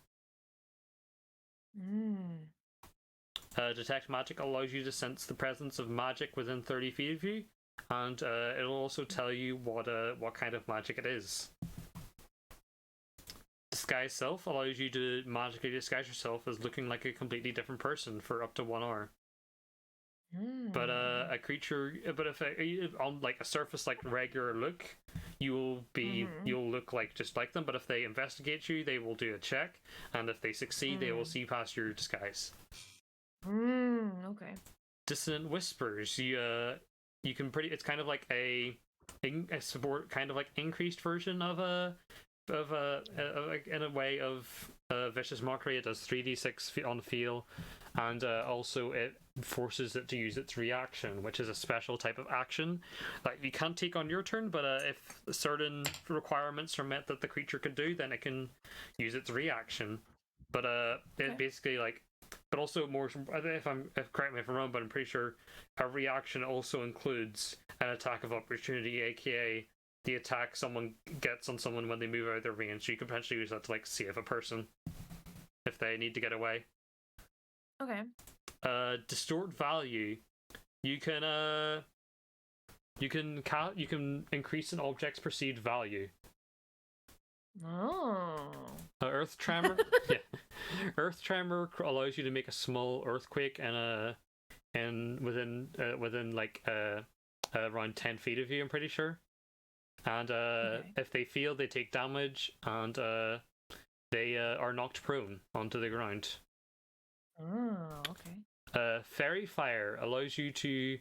It's another kind of lighting like spell. It allows you to for every object in a 20-foot cube within your 60-feet casting range to be lit up with a kind of like fairy-like light. Okay. But also, any attack roll against an affected creature object has advantage. So like you can use it to to kind of like mark people to put advantage on attacking them. Featherfall allows you to make yourself to slowly fall to the ground. You and up to 4 others to. Well, 5 people in general. It doesn't have to be you, but you can make up to 5 creatures fall incredibly slowly so they don't take any falling damage. Okay. Healing Word is another healing spell. However, it is a bit weaker compared to Cure Wounds, but it also is both it is ranged. You can use up to 60 feet away from someone, so you don't have to be directly next to them. Additionally, it is also a bonus action, which means it does not use up your main turn. Heroism.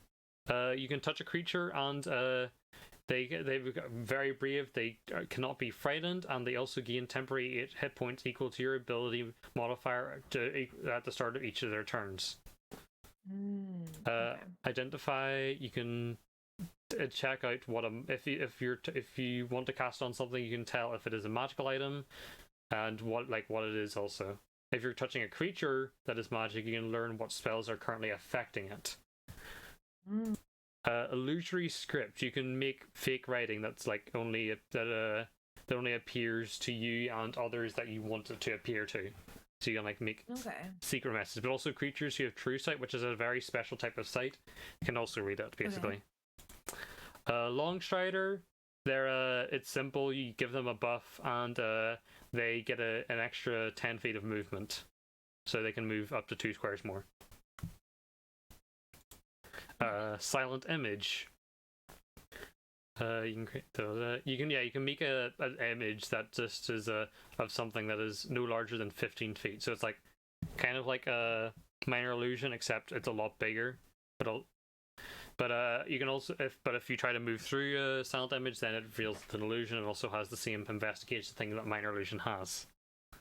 Any kind of illusory magic like that is how that works. People can investigate it to make see what kind of bullshit you're trying to come up with. Yeah. Sleep, a standard kind of sleep spell. You roll a 5d8 and the total is how many hit points of creatures. So like if you roll a 20, you roll a 26 and there's 3 creatures with 12 HP in front of you. If you that means you could put two of those creatures to sleep, but the third one cannot, because you roll a 26 and they in total have 36. But you know, you got basically. But you can make them sleep. Okay. And that's handy. Speak with animals. You're able to comprehend and communicate with any animals for up to 10 minutes. Okay. Tasha's hideous laughter. If you can make someone you can tell someone a joke, and if they make a wisdom saving throw, if they fail, they find the joke incredibly funny and fall prone and are able to stand up until either it ends or it succeeds on a wisdom saving throw. Oh, Or that's if they're beautiful. attacked, also. That's pretty funny. Thunder Wave, which is like Thunderclap, except it also it does more damage, and also you can use it to push enemies up to 10 feet away from you. Oh, okay. And finally, Unseen Servant. You can make an invisible, mindless, shapeless, like force which performs like simple tasks for you. Okay. Cool. Okay, that is your choice of that. You get 4 of these. 4. Okay. I would like color spray. Fair.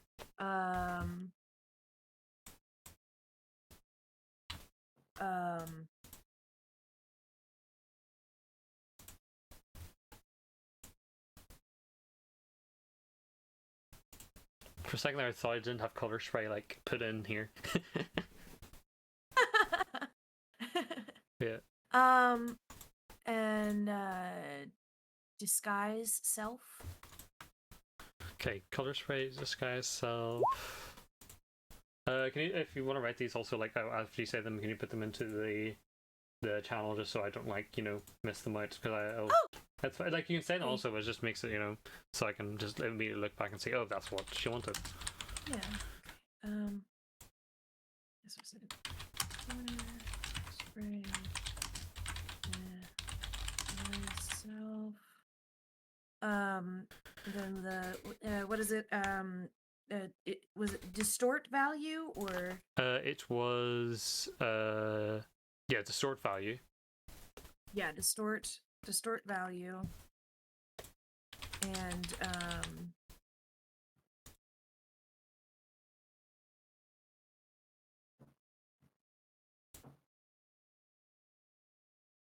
can you show me the list just one more time? Oh yeah, sure. Here you go. Can't go with the other one that I was.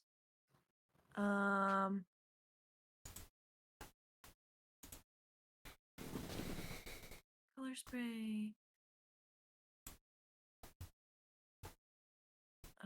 Color spray, disguise self, distort value, and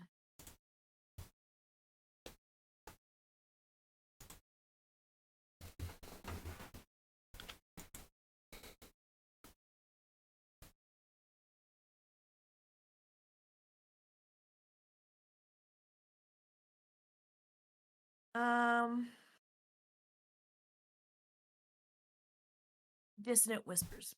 Okay. Fair enough. Let me just get these in then. In the meantime, I can't actually do it because you'll get 2 more spells. You'll get 2 second level spells, and then we can finally move on to the next section of your actually like the bardic things you get, which are a bit easier to explain and stuff.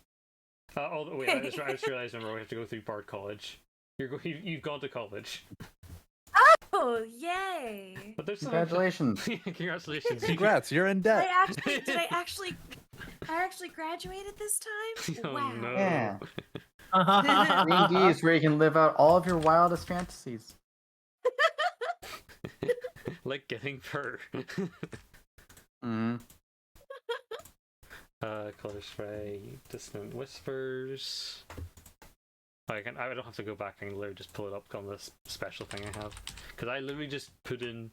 I had to import every single spell in because I wasn't sure what was in the base and what was not. This is an enchantment spell.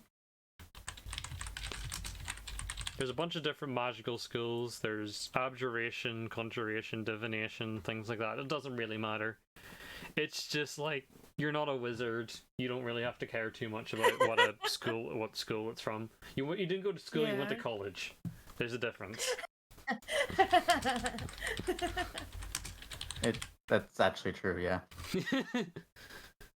This is why bards are. This is why we all hate wizards, because they didn't even go to college.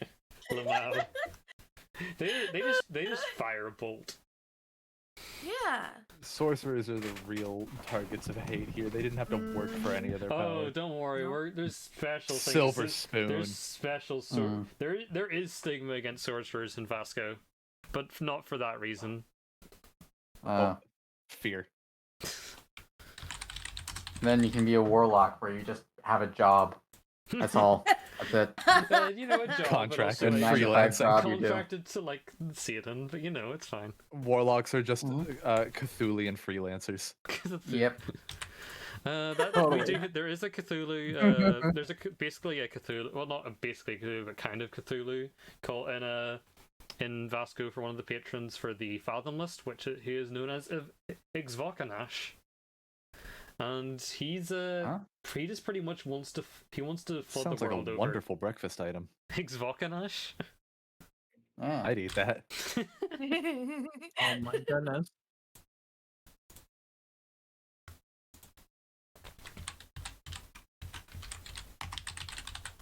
Basic psychic. Saving throw is a wisdom one. And what happens on a successful save? Half damage, doesn't move.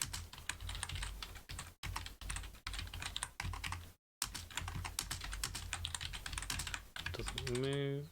Did I say half doesn't? I said half doesn't. What? Half doesn't, yes, good job. Oh, I don't know. Whatever, we're not actually gonna get to higher levels, it's fine. I'm glad this is the good thing about one-shots. I don't have to worry about some of these settings I don't understand that are related to higher levels. That's very nice. Yeah, it's good. Oh, we're gonna have some with Goodberry. Goodberry's funny, I'm a fan. Free food? Yeah. If somebody you want food, you know? I'm gonna show up to the party, fire the chef, and feed everyone Goodberry. You want frog rock? Get out of here. Here's a blueberry. Eat this. Oh, thanks for the raid, Rubber Ducky. Welcome, everyone. How are you all doing? We are making a D&D characters. We're just currently doing some spells. We have a few more things to do with our bard, and then we'll be ending it and going over people what we have all here. But yeah, thank you so much, raiders. Also, I'm doing a subathon. Every 5 subs. Oh yeah, also I forgot, we need to roll who gets the random item. We'll do that after I finish Paige's character. We'll see who gets the random item and what you get. That is it'll be just essentially additional starting equipment. Sweet, sounds like fun. It's not going to be anything like too broken, but like it'll be fun to have, you know. Yeah. Casting time, 1 action. Range self, target self. There's no material. 1R doesn't require anything. There's only a spell card. And copy paste everything. Thanks for the follow, Chibi Undertaker. Much appreciated there. I'm sorry for everyone who's like follows and everything I've missed, but you know, I want to just kind of concentrate on making sure that all these lovely people in this call have a grand time. Yeah, there's a lot going on. Yeah, D&D's busy. It's a busy game. Especially even when you're making characters. Finally, we have distorted value. That is nothing. I clicked nothing. I've clicked nothing. What have I done? Oh no. Damn, it takes 1 minute to distort value. I hope you're ready to be completely busy, just touching a random object for 1 minute. Hold it, just If you even slip your finger away, it just stops the spell. Nice spell slot, nerds. Oh no. No, that's fine. I'll just assume that everything's fine. Yeah. Duration lasts for 8 hours. What was it? Oh yeah, me and Shay in our game. What did Evan do? Was it silver that he prestidigitations to make it look cleaner than it was? I can't remember. Yeah. Yeah, we two of our 2 Kenkus tried to sell a bunch of corroded silver and used prestidigitation to try and pass it off as being good nice. quality. But then Shay and another one of us, another one of the party, just stopped them And by the way, that's saying a lot. I'm pretty sure it was only because like Shay just did it because like they didn't let Shay into it or something, because Shay's like her character is a corrupt noble. Well, that might be slightly simplifying Ignatius. He's a lovely lad who also tried to blackmail me into information. Yeah. Oh, And I would have gotten away with it if it weren't for your meddling high rolls. those meddling kids. Yeah, I'm also like, for my sake and like with everything. I mean, like, you literally just unveiled like the kind of borderline traumatic past that Evstein wants to kind of keep hidden from people, you know. So like, Then why did you DM me it, LMA? because it made for interesting storytelling. That's why. I know. All right, you get 2 more spells. You get 2 second level spells now. Okay. Aid, you can choose up to 3. You can increase up to 3 creatures' hit points and hit point maximum current hit points by 5. Animal messenger, you can use a tiny animal to deliver a message through magic. Okay. It like replicates it. Disney princess spell. Yeah, it's the Disney princess spell. Blindness, deafness, you can blind or deafen a foe because they put it into one spell, where you can just choose which one you want to do, and if they feel, they become blind or deaf for a full minute. Okay. Calm emotions, you can, each humanoid within a 20 foot radius you choose can has to make a charisma saving throw. If they feel, which they can also choose to feel, then they can suppress any effects which would cause them to be charmed or frightened. And or you can make a creature you can also use it to make a creature who is indifferent. Do you make them indifferent to you? You know, them just attacking your allies, just attacking them. So you can just do that, and they're like, "Oh, everything's fine," as they're just getting cut to pieces. Cloud of daggers. You can fill the air with a bunch of spitting daggers. And each fun. creature takes 4d4 slashing damage when they enter the area for the first time when they enter it, or if they start their turn there. Crown of Madness. You can choose one humanoid to make a wisdom saving throw, and they become charmed. And but a special type of charmed where they have a twisted crown of jagged iron like appearing on their head, and they become like visibly like enraged. And at the start of their turns, they must make an action before moving, where you can choose for them to make a melee attack against any creature of your choice besides itself. Okay.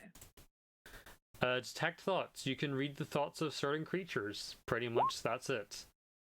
However, let me see if you can use it to detect thoughts of languages that you don't understand.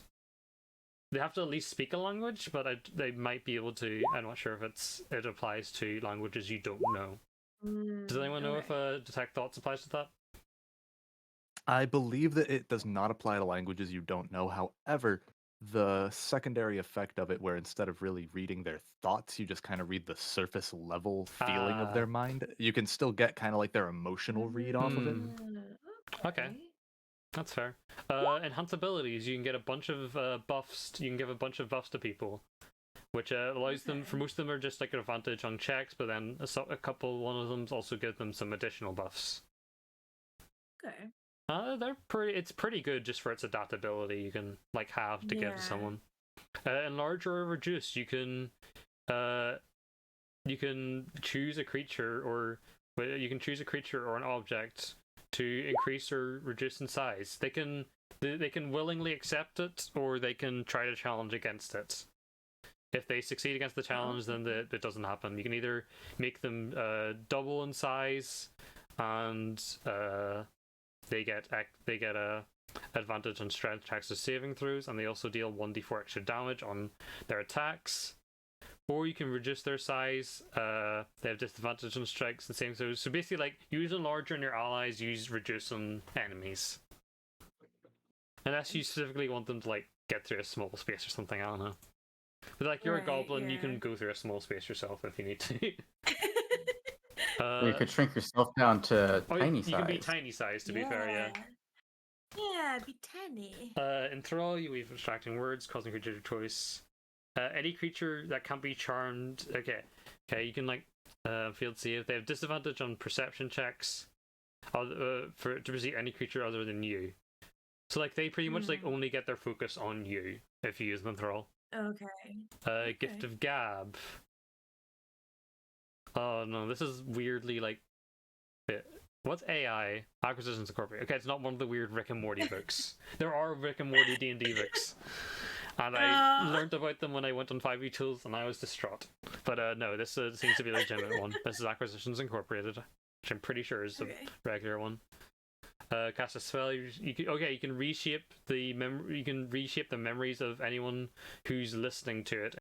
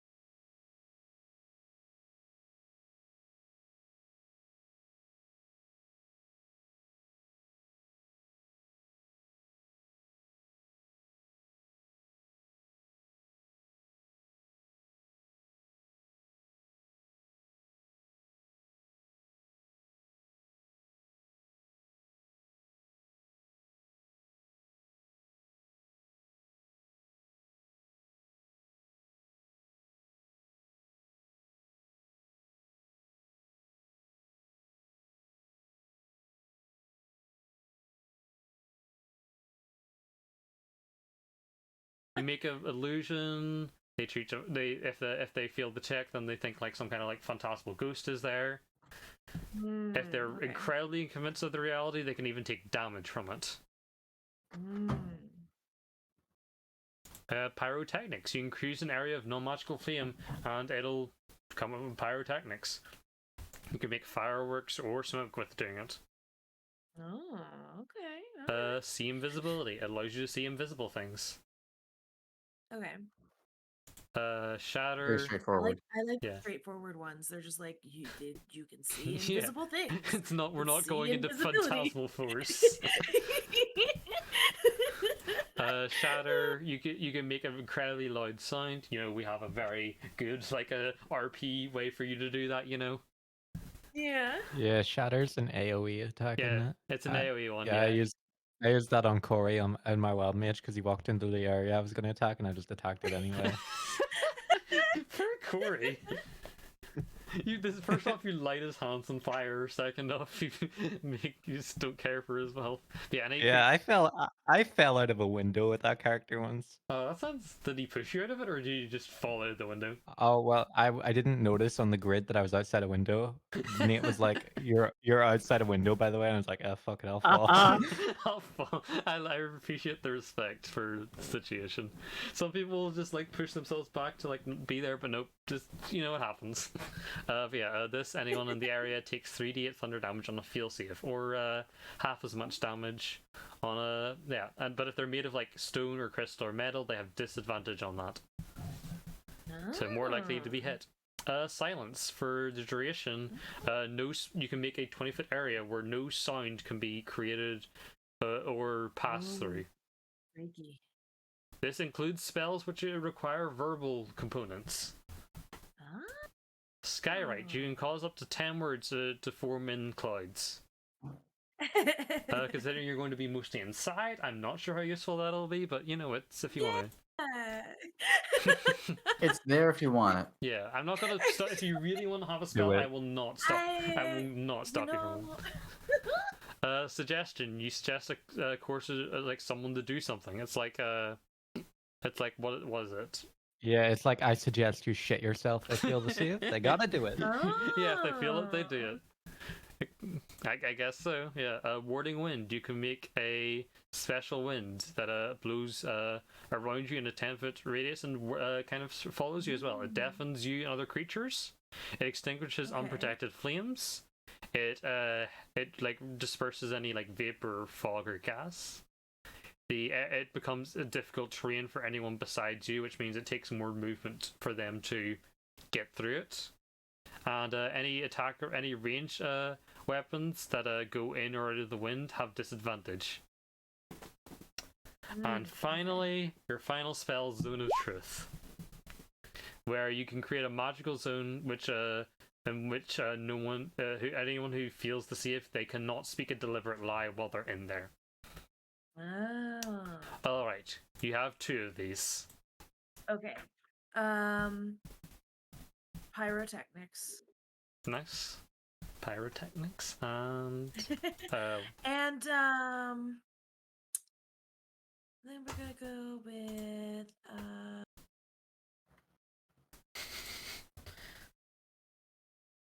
hold person. ooh. Hey. Because it Both just good sounds choices. like fun. Time to drown someone with a glass of water. Where's hold person? There it is. This is a 2nd level enchantment. Like we can't do it, but for every like higher level, so you can cast 1st level spells at 2nd level, and some of them get extra effects and stuff, but they require the slot of the higher one. But so like hold person's higher slots you can just get an extra person to be held. I hold person the entire party. And then you play a 6 solo. Target. I'll say single target, because I unfortunately have played Dota and that's what it's called. At least I've played League of Legends, but I only played it for like 2 days. So I've made a Well. good choice in my life. That's 2 days too many. Honestly, not wrong. Uh, I regret every second of it. Oh, it's okay. I did it too. I played like 2 games of League of Legends. I was like, nope. This is... Someone's just like an actual like, that someone's like just not like a secret like big D&D fan, and they're just not saying anything. Every time someone brings up League of Legends, I ask, should I try it out? And the answer is always no. No, you shouldn't. No. You should. Every single time, like immediately. Yeah. Stay away. Whole person and pyrotechnics. I will say, depending on your college, you will get some additional spells as well, which is really pog. But and like these don't count; those like are ones you definitely get, and they like don't take away from any other spells you get, except for the spell slots using them, basically. Okay. So you'll get some extra stuff too. Hey, But we'll get to that in a bit. We have a few other things where they have to do Yeah. with being a bard before that. It's all good. It's all good. I hope this isn't like boring you or anything. It's just that this is stuff that needs What? to happen. Oh! No. I mean, I'm good. I don't know if you were like asking me if I was bored. I'm not. Okay, that's good. I'm glad to hear that. This can be like the some people could consider this like the dull part of the game. It's just a lot of, you know. Well, I mean, like I'm having fun like learning about all of the spells and different things and stuff Okay. because I don't I'm That's still fair. I'm I really only glad you're know enjoying it. like I only know like the little bits that I pick up from like I listen to I listen to campaigns and stuff sometimes. But you can only pick up like so much, I think, without Yeah. actually playing. That makes sense. You Yeah. just yeah. Okay. You're just like, oh, I know of that. I've heard the name before, like the spell or whatever. And I I don't know what you would do with it or anything. Okay. Let's see. What are stuff we need to do? We'll just keep going. Yep. Spells. We've done all that. You have your main thing, which is known as Bardic Inspiration, where as a Okay. bonus action, anyone you can see within 60 feet, you can give them 1 Bardic Inspiration die, which they can use to add on to Oh. any ability check, roll, or saving throw. Oh, cool. You get pretty sure you get a number of these equal to your charisma modifier, so you have 4 Bardic Inspiration dice. Neat. I'm hoping that if Bardic Inspiration is not here, I'm going to lose it. Okay, good. Our Bardic Wait for Inspiration's it. here. I'll just drag it over. No, I don't want to click it. I want to drag. I can't drag it over. Never mind. It's worthless. Pain. It's fine. It's I easier. couldn't drag over any of my stuff. You had to manually insert it. Oh, I didn't Yeah. drag any of my stuff either. It's fine. Knowing it But probably I'm wouldn't have, finished. it wouldn't have allowed you to do it anyway. Oh. Yeah, Alice. Good thing. Thank you, Wikidot, for allowing me to just copy paste things in. It's better than nothing. Yeah. Oh, yeah. Next you get is Jack of all trades, which I'm pretty sure doesn't really do anything for you.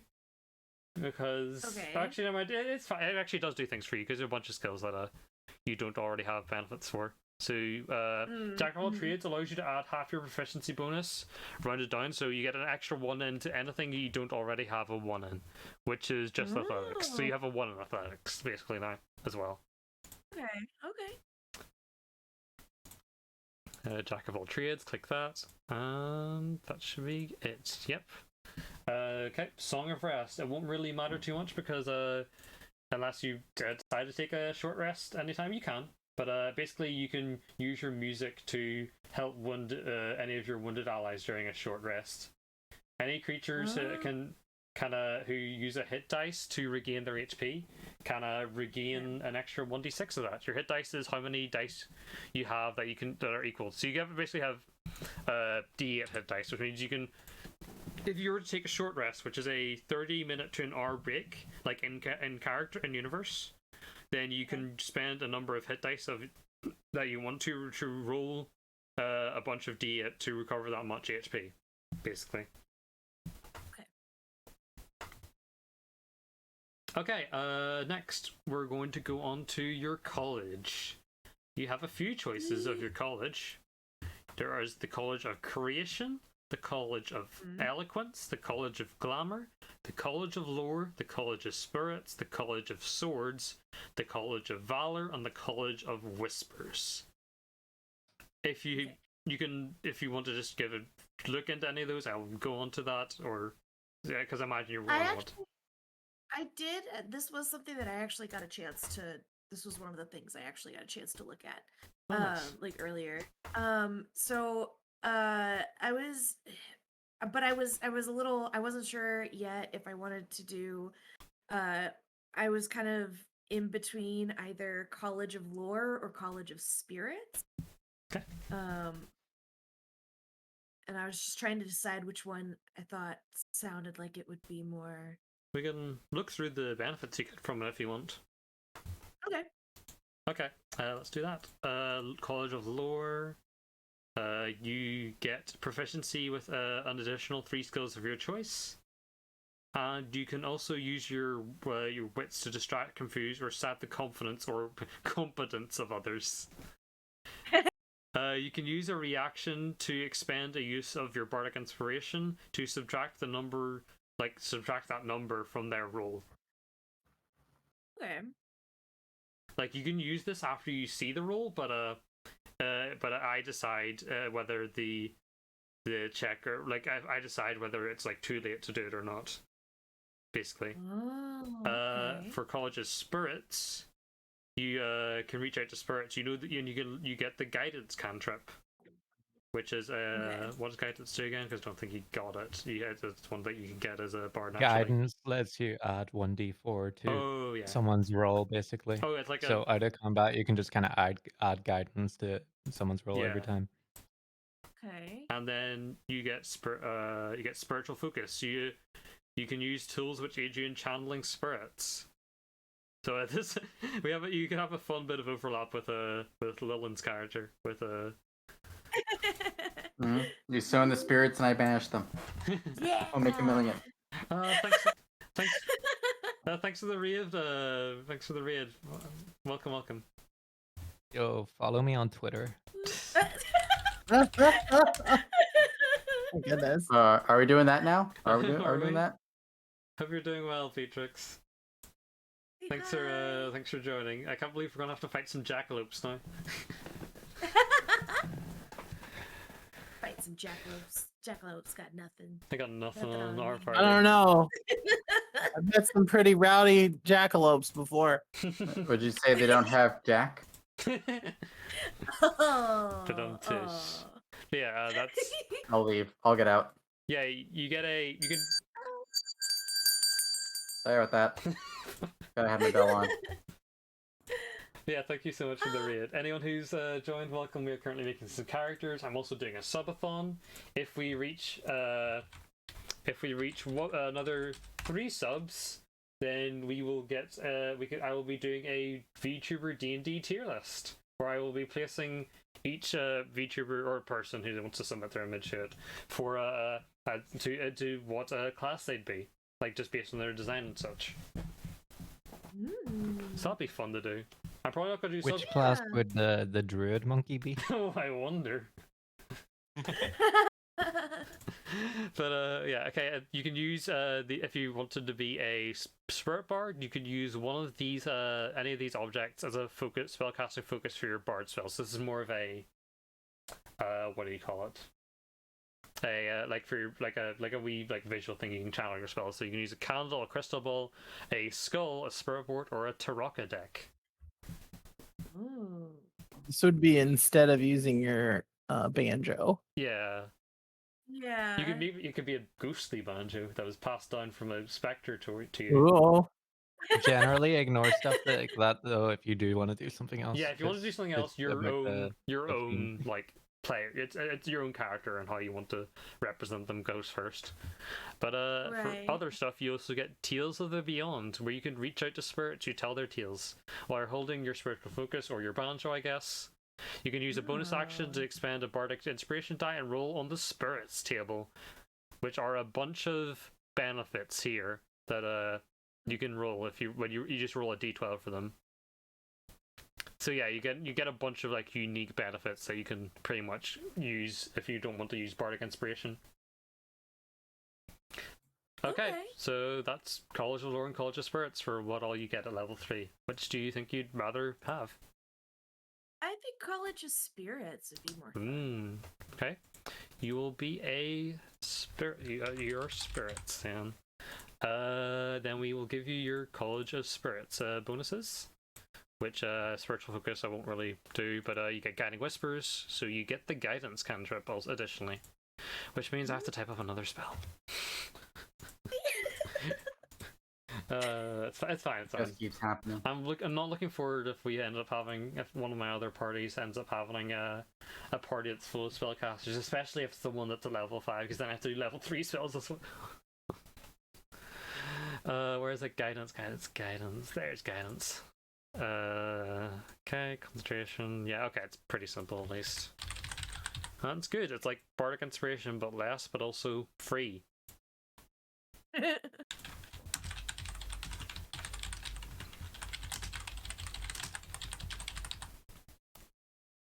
Concentration up to a minute. Really? That's concentration? Huh. Interesting, I didn't expect it was concentration. So it'll just be instantaneous. Like concentration, you have to like maintain your focus on it. So like if you get bopped out of it, then they lose that even. Okay. Okay, that's that. And you also get Tales of the Beyond. So I will not copy the entire table here, but I'll just give the the other stuff, and I'll have the table up on another tab during the game. We want, and finally you need a was it? I already forgot what it's called. Tales from Beyond. I've never actually looked into the spirits one, so this actually this thing's really cool. I'm a fan of this. Yeah.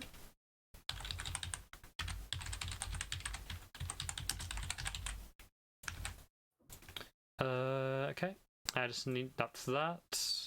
For that, there's I think it's just you have one more thing. You get expertise, which you can choose 2 skill proficiencies, and your proficiency bonus is doubled for that. So it's like proficiency for any of these. Wait, no, you can like you can. It doesn't have to be one of the ones you've ticked, but it can be just anything. No, it does have to be one of the does ones it? you've ticked. Okay, so intimidation or performance or persuasion, you can increase one of those to be. Well, increase 2 of those to be better, basically. Okay.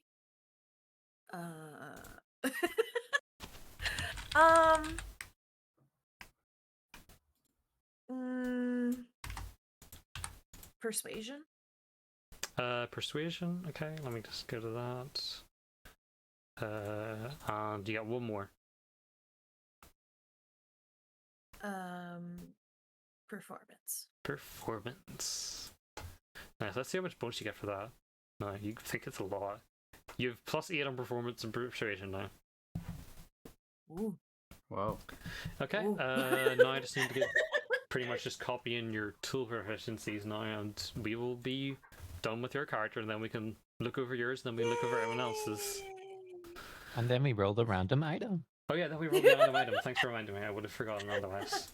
That's another thing also, if anyone wants to subscribe, every 5 subscriptions, someone in the current party that we're dealing with will get a random item.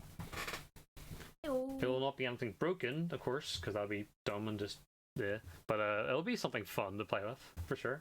Give me +4 magic item. Okay, where is it? You, as a bard, you have proficiency in light armor, which is like leather armor, so that's good. The armor you're wearing. Kind of important. I'm really, really, really into the armor I'm wearing. I'm really good at it. I'm a fan. Light armor, you also get simple weapons. Simple weapons. You get also hand crossbows. I don't think you have any of those, but if you were to get one, then you'd get that. long swords, which is good because you have a long sword. That is a long bow. Yeah. I do not want that. Rapiers and short swords are pretty much covered. All your options there. Wait, no, I gave you the item. I just gave you the item, not the actual. Oh, Oops. great. I'm dumb. Unlock. That's how I do You're it. doing so good. Lock.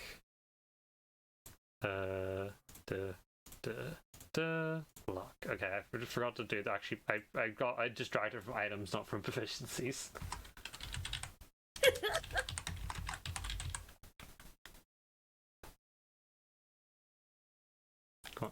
It's weird sometimes. It doesn't like it. Me doing it. Sometimes I don't like it when it does that. Long sword and any short swords. Oh, there's a fly on my monitor. Get out of here, fly. What fly? Is there a fly VTuber? I imagine there is. There's gotta be. There's gotta be, yeah. Okay, you get proficiency in 3 instruments of your choice. So I'll obviously give you your loot, which is your that's your that's the item. I just did that again. that is your band. I don't know if I can rename things, can't I? I'm pretty sure I can. Yeah, I can. Loot is just banjo, basically. Yeah. You can always rename it. Yeah, it's fine. No, I just brain cell. Can I have one? No. Attribute, probably charisma. Oh, I'm banjo. You can also have 2 other instruments of your choice. Okay. Let me get the list of instruments. Actually, that would make sense. I was just like sitting here like trying to think of like instruments that I know Uh, instruments. You Instruments should or play something a that grand I piano. That should be your casting focus. Vuvuzela. Take a Grand vuvuzela. piano that is also Vuvuzela. a guitar. The only bard I've Use a ever played theremin. used a bagpipe. Here are Nice. your Beautiful. options. Bagpipe, drum, dulcimer, flute, lute, lyre, horn, panflute, shaman, viol. Oh, I don't know what a sham is. Don't know Or either. a viol. Viol A Sham is like it's a really classical old medieval reed instrument, like an oboe. A viol is like a violin or a clarinet, like a fiddle, basically. Okay, so flute. And Also, I just realized like this might not matter unless you like find one in the castle because you don't have it. It's fine. It's fine. You could find a Drum. flute. You could find a flute or a drum in the castle. I imagine there's gonna be. Actually, never mind. Okay, that is your character. That is everything, unless I've missed something. I don't believe I have though. But in that case, we have a bunch of things. We have so here's your character. You have I'm so excited. 11 strength, 14 dex, 18 constitution, 12 intelligence, 13 wisdom, and 18 charisma. Your saving throws are proficient in dexterity and charisma. You are proficient in intimidation, and you are an expert in performance and persuasion. You have armor class of 13. Actually, is that added? The leather armor? I don't think it had. How much does leather armor give our AC wise? Actually, I'm just. I think it's 11. 11 plus dexterity, if I recall. Yeah, it's Okay, 11 so that's plus fine. dex. It's fine. Okay, you have your leather armor. That's it counted. Yeah, you have 28 HP, and these are all your weapons. You have a dagger. You can use a long. You have 2 daggers. I don't know why I have 2 daggers, but you do. Did I do the same Yeah, thing it's again? weird. I think I There's did a it- lot I of did- classes okay, I with 2 did- daggers because you can throw them. Oh, One dagger for one hand, one dagger for the other. well, looks like Yeah. Kirito. whatever. One dagger is for fighting, the other is for eating. Ah, yes, the good old eating dagger, my favorite. Yep. Magic tricks. Oh, I could have Gonna 3 make of this them. And I dagger could disappear. juggle. Pick a dagger, any Yeah. dagger. Pull it out. Is it? Okay, that's all your stuff. You also play the banjo. Yeah. Okay, that is banjo. our good friend Gruntilda done. Yeah, I'm so excited. Woo! Uh, Congratulations. Yay! let us go to who wants to go over their character first? I need like 1 more minute to finish choosing this last spell. That's okay. We can do your. Do you want to? By the way, do you want to do not Gruntilda, anything with Vanessa in case it reveals anything, Bridgie? I'm cool with it. Okay, then we'll go for Vanessa then. Ooh, Vanessa looks nice. Oh, that's a good pick, Ray. Yeah. See on. Oh yeah, you actually can see. I'll put the screen up. I'll share the screen again so you Yeah. all can see I it. credited the artists too. That's always good to do. Like so, a good lich. like a good lich. Yeah, there is Vanessa. I want to have a picture. Here's her character. She is a fighter. She is a variant human, which means she gets a feat. She took skills in athletics, history, insight, perception, and persuasion. And here are some of her personality traits, which I didn't really go over with you, but it's fine. That's basically like if you like personality stuff is good here if you just want to like do it yourself or like you anytime you want. By the way, you can just pretty sure you can just go to the Roll20 and you can just edit around your character sheet. But don't do anything like Yep. What? Yep, that's just stuff from the background area, Yeah. like the background And section. like your in the- backstory in and the stuff. rules. If you have your Okay. own like stuff, then that's fine. Oh, we didn't go for background with. Oh no! Okay, Yeah, I what was kind gonna of ask. Do we have backgrounds? this is annoying because in Vasco there's unique background systems that I'm going to be doing, but I don't have it here because it's A, it's not ready, and B, it wouldn't fit the setting. Okay. Well, she's a noble Yeah, background. well, after all this, I'll go back to Gruntilda so we can do background. That's good because I completely forgot to do my background too. Okay, well, Yeah, she's a noble. same. Pain. Okay, everyone forgot their background. Yeah, can I take? Does that mean I can take just the default background? Because I was gonna go like City Watch / Investigator background. You can do that, yeah. Ooh, Yeah, she's I'll proficient in just- dragon chess, which is like chess Yeah. with dragons. I'm proficient in athletics and history now. She has a dueling fighting style, second wind. She has martial adept as her feat. You have martial training. Yeah. You can use 2 maneuvers that are available to the battle master archetype. And you gain a superiority die, which you can use to be epic cool. Riposte, parry. Ooh, do we see that? Do we see the reveal here? Do you want to talk about it? Oh, I don't know. She has some interesting abilities. Yeah, Ah, she's an Ah. undead warlock. I Oh. Yeah. And she is Oh, are you a host body? No. she is Aw. specifically actually do you want to keep it a secret in case you want to talk about it in It's the a secret. Okay, we're keeping the patron a secret for now, but it may come up in the thing. All I will say is that I hope it's a skeleton. the patron that'd be funny. The patron is one of the patrons for the Vasco campaigns. So if you see them and you like what they're all about, then you can potentially play them in the Vasco. You can have them as your patron in the Vasco campaign. Yay.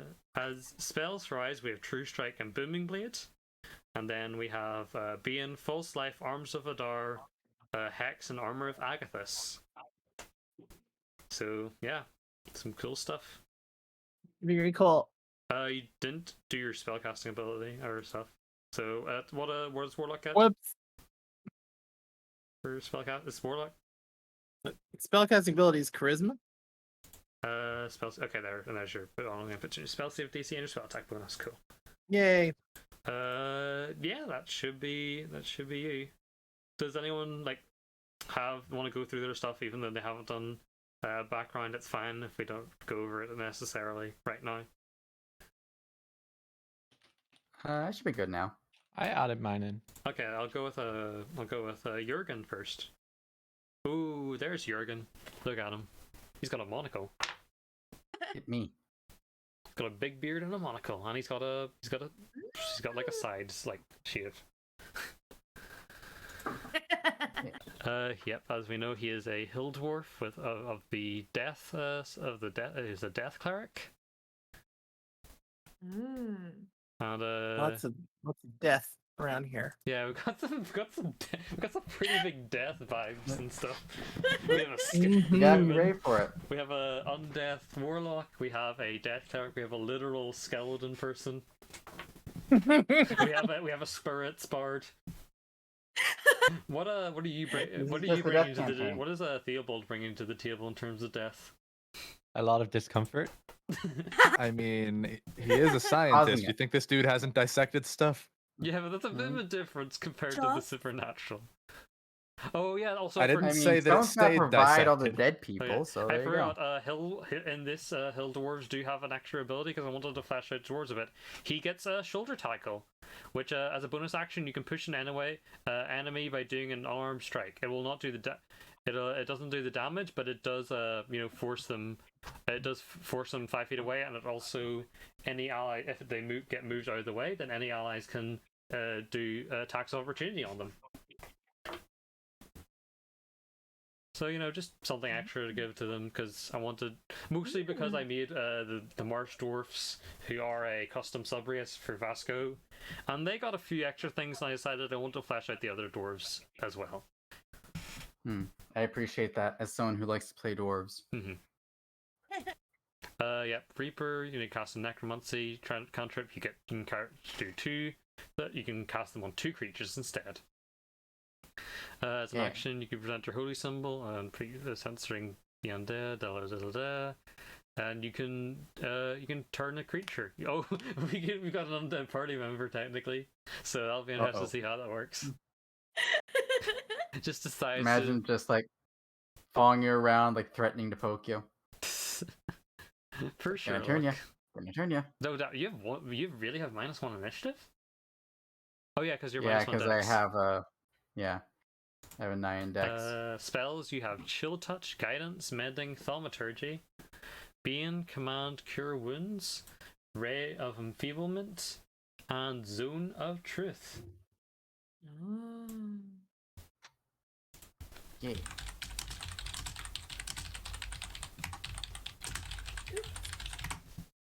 Okay. Next up we have is good old Sherlock Bones. I also want to say this art was drawn by Shay herself. So yeah, very good job on that. Nice. Cute. As we know, Rogue is a inquisitive. They are inquisitive rogue of the Spellborn. Sherlock Holmes is a fun based off of Sherlock Holmes. First off, you spell Sherlock Holmes and skeletons. I'm a fan.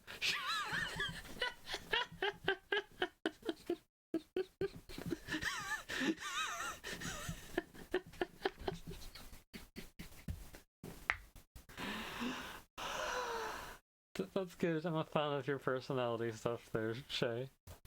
Yeah. That really got me. That really got me. Oh my god. Yeah, you took Booming Blade as your cantrip, your free cantrip you get for being a Spellborn. Yeah. Thieves Cant, Cunning Action, Ear for Deceit.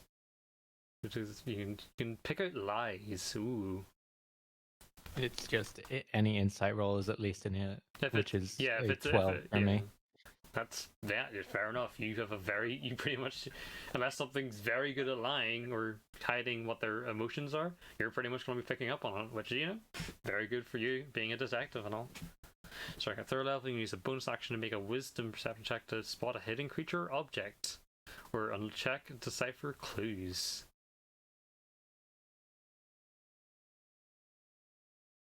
Ooh, this is some good stuff. Yeah, being a magic, Manadry, and magic resolve. Which are the Spellborn racial traits I went over. I just realized we have still all the stuff to go over. I have to do the background, give you the extra item, and then we have 2 announcements at the end of this as well, which I have to do as well. Well, not have to do, but I think it would be best to do. And Watcher's Eye, you can local spot. You can easily find the local elf. Yeah, the only spell you have, of I course, love is finding the local I'm really good at it. Yeah, and you have Booming Blade as your cantrip. I got this mixed up with Green Flame Blade earlier. Grantilda, Vanessa. We went through everyone apart from Theobald now. That's me. That's you. Of course, we have our good old Ranger Minotaur friend, Fey Wanderer. Oh, and you just put them on. You didn't copy paste them. I will do that later myself because I am pedantic with this kind of thing, and it helps. Wait, no. They're copy pasted. Click on it. Oh, you just didn't like get them to show up and stuff. Yeah, if you click on the actual like title in that list, it minimizes it. I see. I just saved some space, but no, it's all in there. That's okay. Good. I was a bit worried for a second. That's okay. That'll be fine, because you can do it as stuff. Spells. You have. Oh, whoops. What? Yeah, you clicked to. It's fine. I forgot that we can't both be on my character sheet at the same time. Yeah, this is. It's fine. Your wisdoms, yeah, okay. You have animal friendship, good berry, speak with animals, and charm person. Fair. Your spell save DC is 9, is that right? It's fine. It's not a problem. Yeah. Just don't cast spells that need spell save. It's fine. Yeah, I'm interested to see your charm persons go. I like this character. Dreadful. I'll just look at the Fey Wanderer ones because they're the ones I probably don't know as much. Oh, you get a Fang style. Ooh, defense. Which one's defense again? Just a +1 to your AC. That's fair. I thought it was as long as you're wearing armor. But I was wondering if that's no, it's protection. That one where you can protect people, or something like that. Like you can use your reaction to like protect people with your shield or whatever. Yeah, something like that. Dreadful strikes. Augment your weapon strikes with the Fey magic. You can 1d4 psychic damage. Oh damn! You just do that like any time you do an attack. That's actually good. There's no limit to that. That's every time. Yeah, that's insane actually. Oh wow. Dang. Third level additional spell. The Fey Wanderer. Which one did you choose for that? I was just wondering. For the Fey Wanderer magic. For like what the additional spell was? Yeah. I think that was where I got Charm Person. I see. Makes sense, because that's usually a kind of Fey associated spell. It's usually very Fey-ish, yeah. And smell of cinnamon. Yes, I do. Minotaur itself I is smell cinnamon. good. Yeah. Delicious. Oh. And otherworldly glamour. You can also give you Fey qualities. When you make a oh no. When you make a charisma check, you gain a bonus to the check equal to your wisdom modifier. It's minimum of +1. I know it's minimum of +1, but it's still really funny. Yeah. I'm a fan of this. I love more like off the wall stat builds for stuff like this. It makes it really funny to do. Okay, one more thing that we did because I forgot it because I'm a big dumb page. We have to give you a background. What kind of background to your character do you have? And we'll just look. I'll look for things that would work for that. So, like, what kind of backstory do you think that Grantilda had and has rather? Yeah. We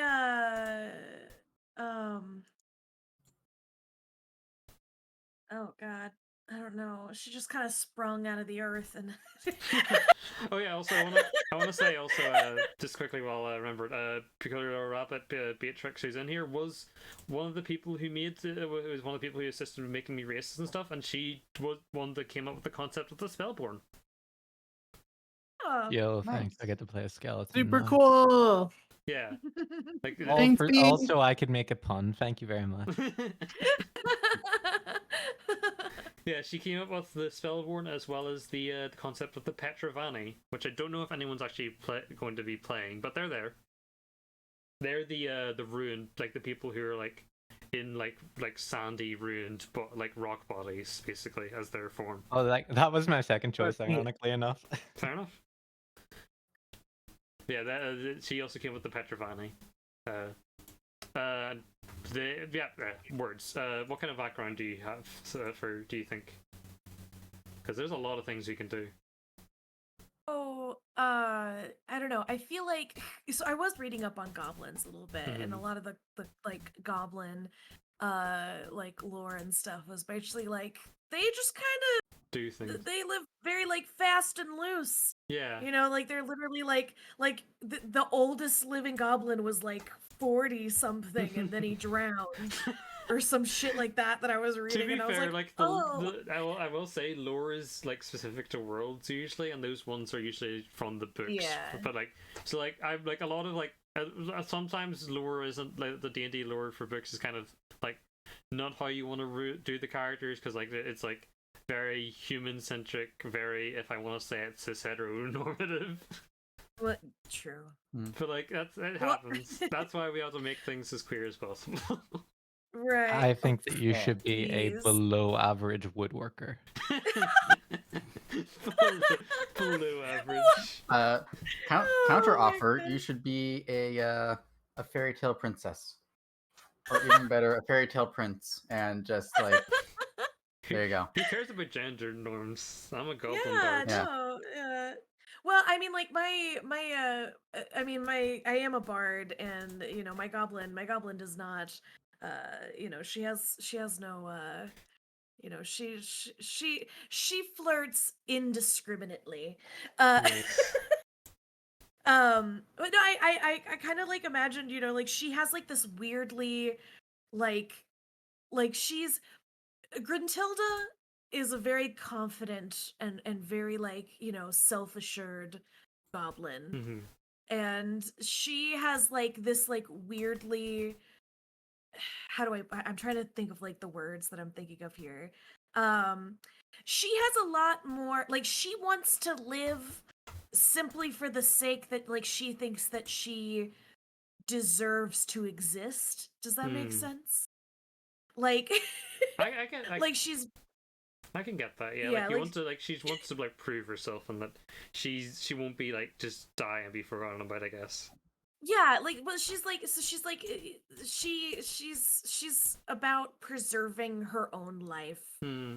Like you know she wants to be the most famous Hmm. banjo player ever. I can respect it. There is just an entertainer background if you don't Oh yeah. take that. There's that, but also Yeah. like the stuff I was thinking you can maybe do folk hero maybe as well. Okay. But like it's up to your choice, really. Like you can do entertainer or you can do folk hero. Or anything else, like if you want. Consider pirate. Consider pirate. Her outfit is kind of like is vaguely pirate-like in a way. To be fair. Consider pirate me looking at Adobe software. True. But yeah, it's like what if do you want to do that? You can do anything else, even if you want to. Like if you don't want to be an entertainer, I can give you like copy paste you the links to the pages for entertainer folk hero if you want. There's also like a list of backgrounds if you link that. Oh yeah, but where's Yeah. that? Because on Wikidot it's annoying how it works with the backgrounds. It doesn't have like just a background page. All I can probably just You look could up. even just see the names of the background, but not the descriptions for all of them on D&D Beyond, if that's good enough. If I want to, I can just send a screenshot from Wikidot, which I think I'll just do. Okay, move that out of the way. No, that actually has the background of. Oh my word! I wanted to scream. You could be a gambler. Mm. Gamble. Like gambling. There's a reason I'm not allowed in Vegas. Hmm.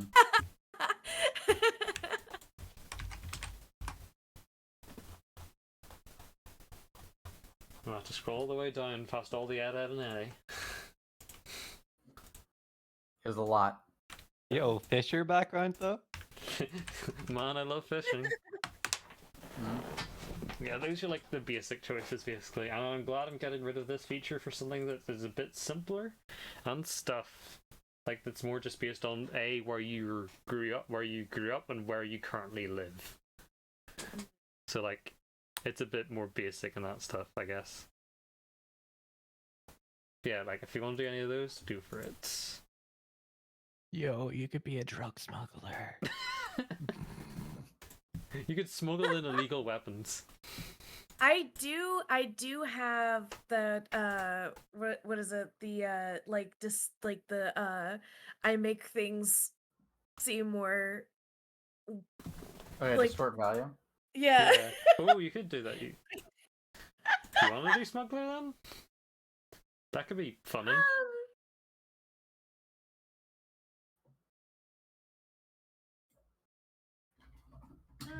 I'm sorry. I feel like I'm holding up, and I It's not. apologize. You're not. Do Guys, not worry. Please take more time. I'm going through all the backgrounds too. I'm just like, oh god. How do I get close to the background I came up for this character in here? You could both be drug smugglers. Sherlock's looking for a fix. Mhm. Oh my gosh. No, just so I can arrest you. Are you actually? Are you even from? Do you even go here, bro? I do kind of, I don't know. I kind of like the idea of her being a gambler. All right. That's actually where's the gambler one? Is it in the D&D Beyond? Because I'll just look up gambler background then. Background 5e. Here is the gambler background.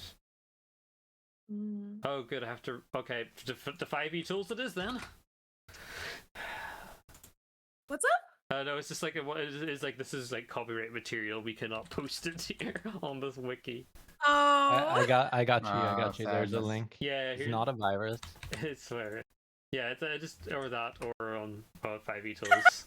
You can go with one of those ones. Fisher. Oh, I love Goblins it. want me, fish fear me. I think it's everyone wants Gruntilda, to be fair. Understandable. Can't believe every single goblin that is a part of this call is incredibly attractive. Mhm. Don't flatter That's just how yourself. goblins work. True. Big true. Actually, I need to read through Gambler. I think you need to read someone's message out in an Ara voice. Oh by yeah, the I way. do. Thanks for that, Frost. I've actually run out of drink of the thirst quenching juice, which is my cup of tea, which probably at this point would be stone cold. But let me do this. Hey, I got you. Hydration. Did I redeem it? You can, but I also Yeah, don't there we have like the drink to redeem it. I'll take your hydration in spirit. You've hydrated my spirit, thank you, Shay. But okay, Ara, my little goblin. We wouldn't want you to get lost there. Why don't you spend the night in my room? Don't worry, I'll be gentle. Oh, You should make that cost more. danger. I could make you do 2 right now. Danger. You could, but you wouldn't. You wouldn't. Cocksgun. Can you play the cockgun sound? You ever had that? Yeah, I got you. Thanks. I got you. Thanks for. Yeah. There you go. Cocksgun's incredibly delayed. Yeah. The only clip I have is Noah saying banana. Let's go, Noah. Also, so yeah, during downtime, activities involve gamer chance of figuring out what's the best one. Yeah, you can pretty much if you're a gambler, you can pretty much get benefits if anyone plays a gambling game with you. Which there could be one potentially in this story. God, I hope not. I'd have to shut it down because it's an illegal gambling. No, room. it's not legal. It's not. It's not legal. It's so there is one. You've been tricked. I am power gaming this very I moment. can't believe you're metaing me, you nerd. But yeah, if you want to do, you get some cool stuff as gambler. You also get a proficiency in deception and insight as a part of that background. Cool. Which Yeah, I like deception is your other charisma one, so your last charisma one that you don't have a bonus in, you'd get a bonus in it as well. Oh, okay. And you also get an insight, which is your ability to read into people's emotions and stuff. Ooh. You also get an extra language of your choice. Oh, interesting. You could pick a language that someone else has and then talk to them, and then everybody else would be like, "What the fuck are you saying?" What languages do we not actually have covered? I just realized. We have Goblin. We have a Does Vanessa have an actual language? I had 2 You have. Oh, you have Common and an Elvish. Yeah. I have and 3, let's Undercommon. go. I also know Oh, Undercommon. and Undercommon. I know Common, Infernal, Thieves' Cant, and Undercommon.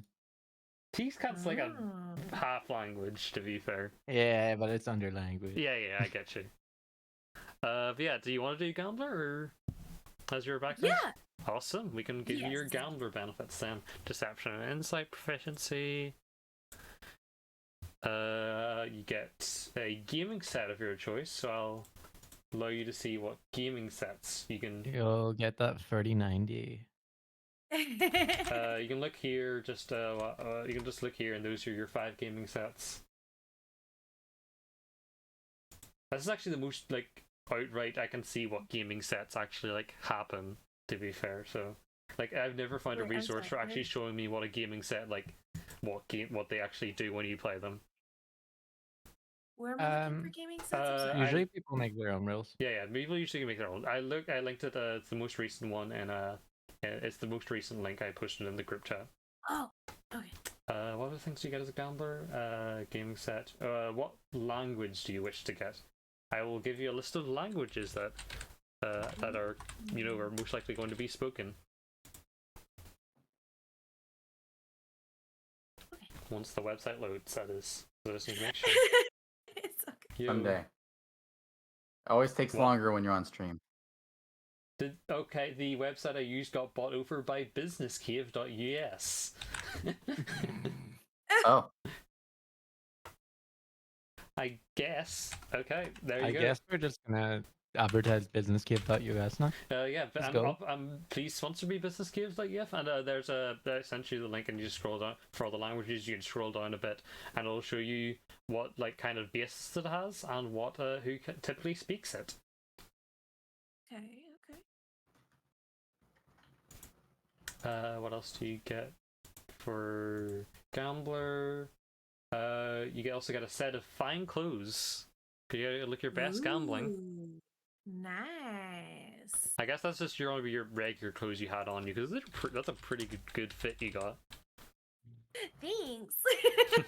Thanks, I made it myself. I did. I also get a lucky charm, not the cereal, which is not really just like an actual. It's just like a item that's like it exists in terms of like it's like not actually an item. It's more like just a representation of something, I guess. Okay. And you also get an extra 15 gold, which again you're not really going to use because there's not much use for money in this campaign. Yeah. Well, there is if you're a gambler. Oh yeah, That's you true. can bet money on things and potentially get some additional stakes on the line.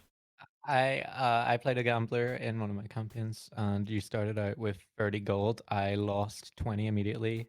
No, I lost 30 immediately. I lost all of it, Wow. and then one of the people gave me 10 gold, and by the next session I had 90. Oh wow. Hey, Oh. there it is. Yeah, so basically what I'm telling you is gambling's fine. It's always going to go up. Never don't do it. It's a really good thing. It's Everybody just should like, do it. to the it's moon. just like cryptocurrency. yeah, it always Oh, goes up. no. Hell yeah. Oh my Okay, have you made any decisions regarding that? god. If you haven't, it's Okay, fine. so no, it's okay. Okay. So for the gaming set, what exactly am I? I apologize. You just can choose Um, whichever one you want. If you want It's to like, basically chess, cards, dice, or some other shit. yeah, if you want to go for more Yeah. gambling one, you go for cards or dice because they're more, gambling based. Yeah, the Right. 3-Dragon Ante is a like dedicated gambling one. I think that it's basically like a poker set. Nice. What would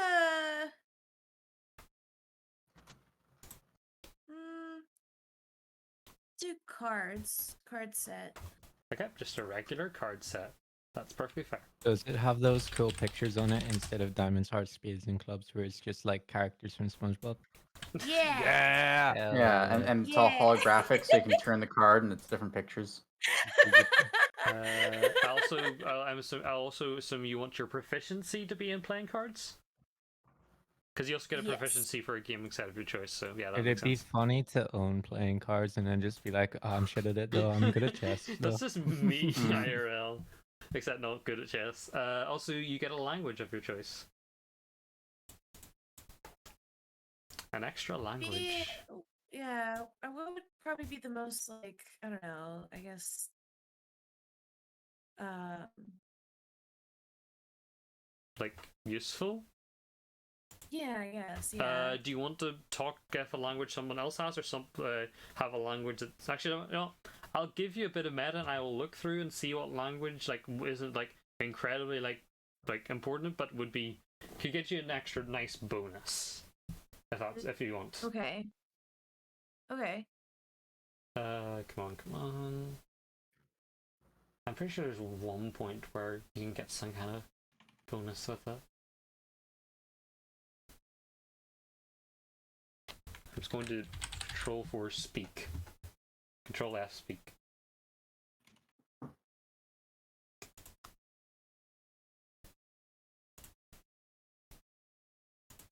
Okay, I think let's check what this character is.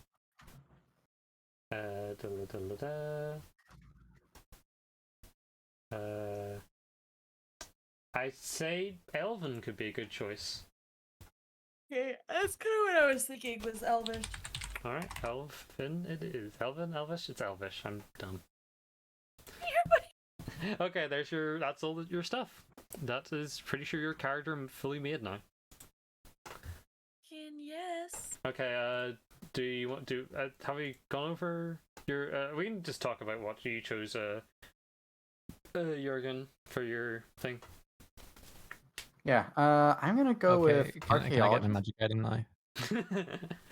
Okay, let me actually do this roll. I will roll a d5, and it'll be from left to right, as you can see on the screen here, and like pretty much in alphabetical order. Sure. Okay. It goes to Shay. Let's go. Let me find a good random item generator that. Yeah, find one that you don't look over that much because you don't notice it has a wish scroll, and then roll that.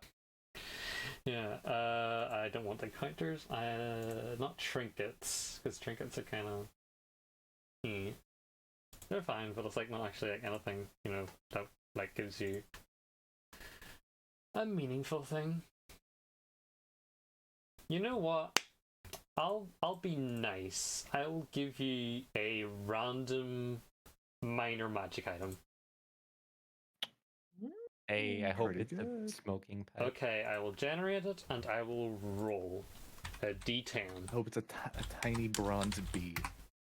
Yeah, 3. You get. Hold on. You get a potion of enlarged person. Ooh. Yo. Okay, that is your item. Okay, that is that for making the characters and stuff. Thank you all for being here for this part. We have a couple of moments I just want to go through first, just before we do this. First off, is a pretty pog one, to say the least, in my opinion. I think it's pretty pog. Yeah. Let me just get it up, and I will drag it over onto the mainstream section.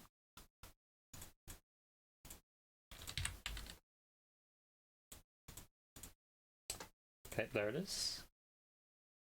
The announcement is, starting tomorrow, I will be opening the applications for the first wave of the Vasco campaigns.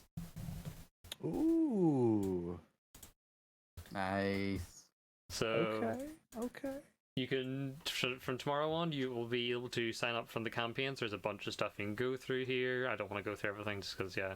But like, you get pretty much the general gist of this. You will be able to play in the first wave of the campaigns in one of the first 2 campaigns that will be there. How this works is basically like there'll be 3 waves, each with 2 campaigns basically. and one of these campaigns will be application, the other will be picked by myself, just out of people I want to like have a good cohesive group to play and such. If you get picked for a campaign, you can't play for any other campaigns that are MRG unless which is the first content the first one will take place in, and but you can play in if it takes in another campaign. If your campaign takes another continent, or if you get if you're able to find a connection for a major campaign, or you are part of a sequel campaign to your group. Question: Yes. Are there any connections to major campaigns within a one shot? There are not connections into major campaigns with the one shot, as these are not set in Vasco. Okay. And second off is while we may have, there's a lot of races here in Vasco, but I didn't... Did you say races or racists? Races, not racists. Okay, good. There's a lot of races in here, and like even original ones that I came up with and such. However, I've been holding back on a couple of these. There are 3 races that I'm going to be going over in each of the session zeros at the end, and like that have some very cool stuff. The first off is the one that we'll be showing off today is the Murias. Now you're probably wondering, what the heck is the Murias? Well, it'll make a bit sense when you see what they look like. They are a group of insect people. Bug. Ooh. Yep. These are the Murias. There are 3 versions of them. There are the Botan Murias, the Geo Murias, and the Harane Murias. Someone's got to play one of those as a bard, right? And just bug everyone with vicious mockery.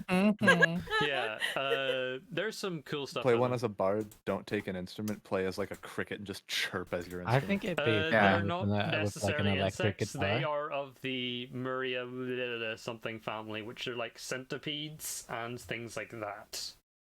Oh. They get some cool They stuff. crawl over things and bite people. They do get crawling The and biting, so let's go over them. Their base stuff is they have a strength increase of 2. They mature at 5 to 6 years and live until they're around 30, so they're around Arakocra kind of standards for living. They are, when they stand bipedally, which is important to note, bipedally they are around 5 feet and they are of a medium size. They have a base walking speed of 25 feet and have a climbing speed of 40 feet. Now we get into more unique things. The Murias are known to be a group of people who they can easily adapt to their surroundings. They're very adaptive. They have proficiency in survival as such.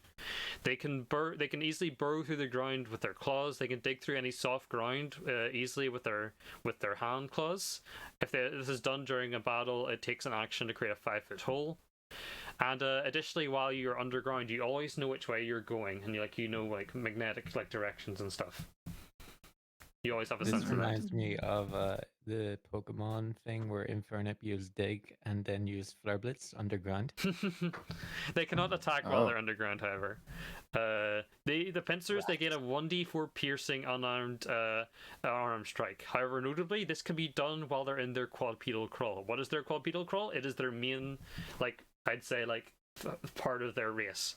You're much more used to walking on your hands and feet than walking bipedally, and as a free action you can go onto your hands and feet and move. You cannot use weapons or cast spells that require somatic components like hand motions while doing this. However, you can move up to twice your base walking speed, fit under gaps that are at least half a foot tall, and you have resistance to non-magical bludgeoning, piercing, and slashing damage. And also, as we mentioned, you can still use your pincer attack with this, because this is done with your teal pincer you have here. So does the pincer stuff work with a monk where you'd have multiple hits? It does. Yo. Nice. It takes an action plus 5 feet of movement to stand up from your crawl if you're doing it in battle. So you have natural armor. Your outer skin is hard and tougher. When you aren't wearing armor, your AC is 12 plus your Constitution modifier, and standard natural armor stuff. You can speak Common, and you can speak a language known as Muria, which is physically impossible for the non-Murias to speak. It involves clicking and rubbing their outer fangs they have on their mouth here together and making sounds with that.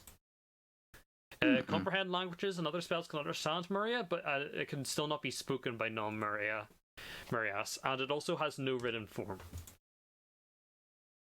Okay, now getting on to the sub-races, we have the Botan Marias, which are these ones.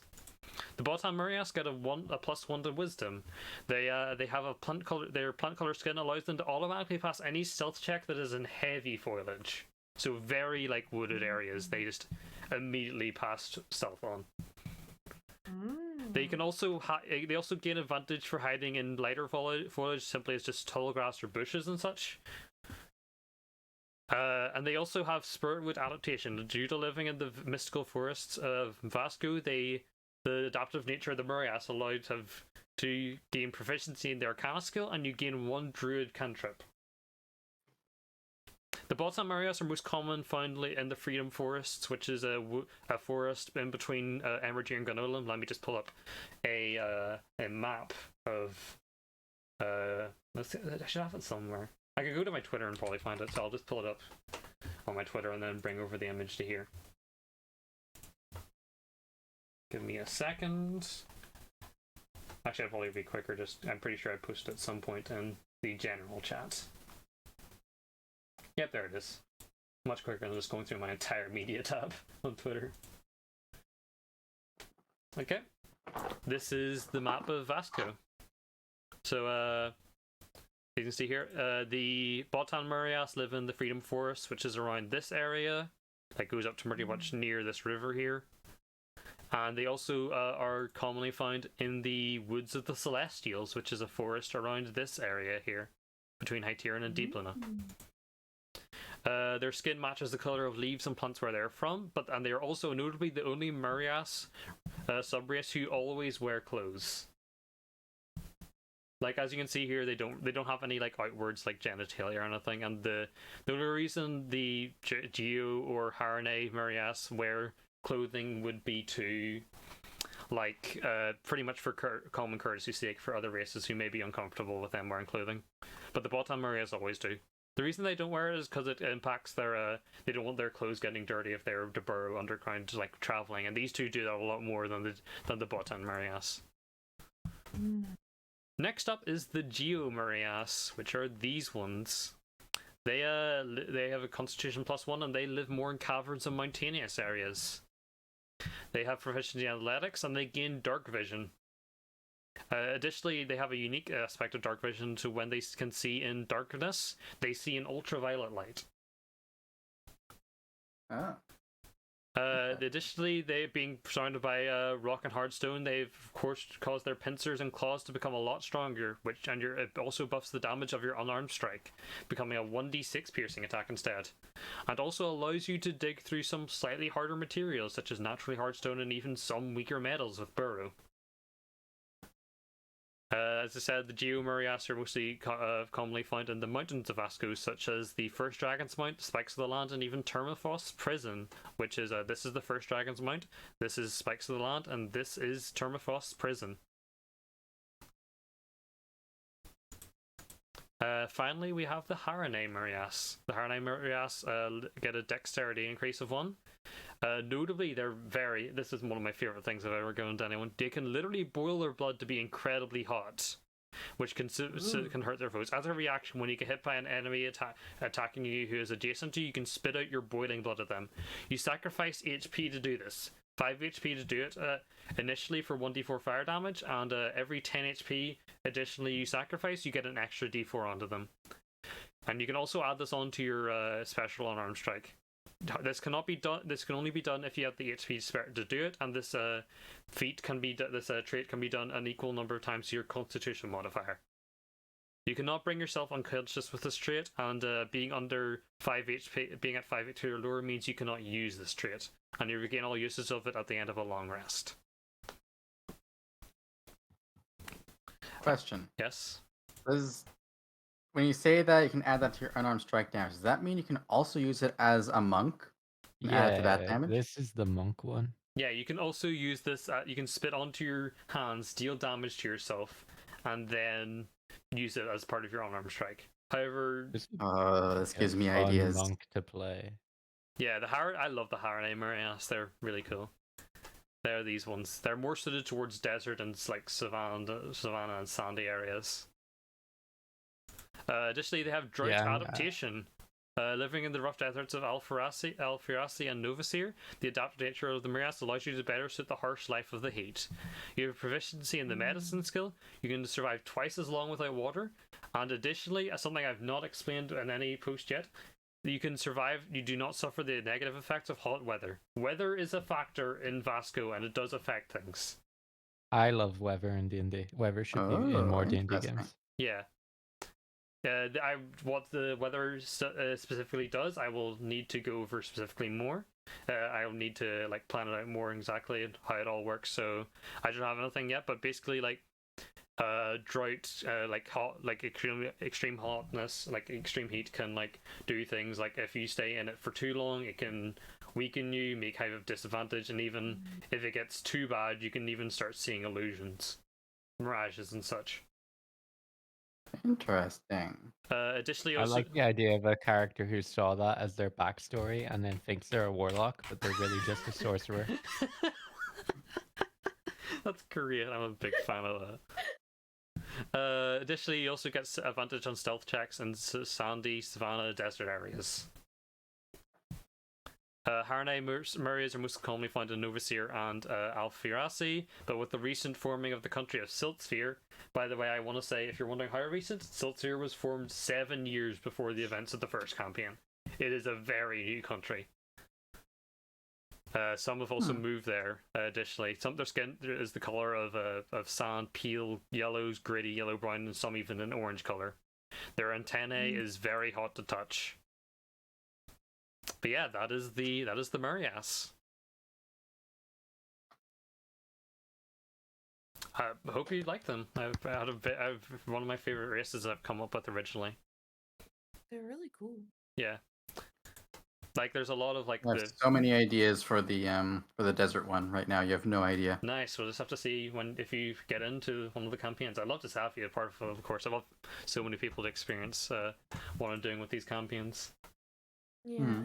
But yeah, that's essentially the stream now. We've gone through the announcements. I went through.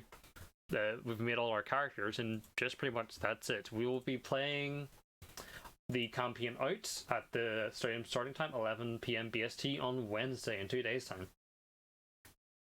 Thank you so much for you all for being here. It was great having you. Heck yeah. This is a lot of fun. Yeah, Yeah. I had a great Exciting. time. These Yeah. characters are really interesting. I'm really excited to see how they ended up playing out the events of the story. Mm-hmm, Oh, I'm gonna Yeah. die. If you die in the least combat heavy campaign, that would be very interesting. That'd just be impressive at that point. That sounds Oh like a my God. challenge, and I accept. Oh, no. TPK. Do you choose to donate your body to science? I don't. Are have you an much of a organ body donor? I'm like left. rifling through your corpse. Mhm. Where's the card? Where's the card? Fortunately, one of our party does not have any organs to donate. Yeah, Well, yeah. I mean, it doesn't have to be their organs, right? It can be anyone's organs. Oh my goodness. Have you stolen Oh, any Yeah, I'll organs? just donate someone else's. Yeah, that'll be it. Thank you all so much for being here, for being a part of this. Thank you for having us. Yeah, it's great having you. And again, I'm really excited to have you all play this. The next stream will be tomorrow at 10 p.m. BST. We'll be going through the session 0 for Be Seen by Nobody, which has a very different vibe of a campaign story compared to A Night of Masks and Monsters.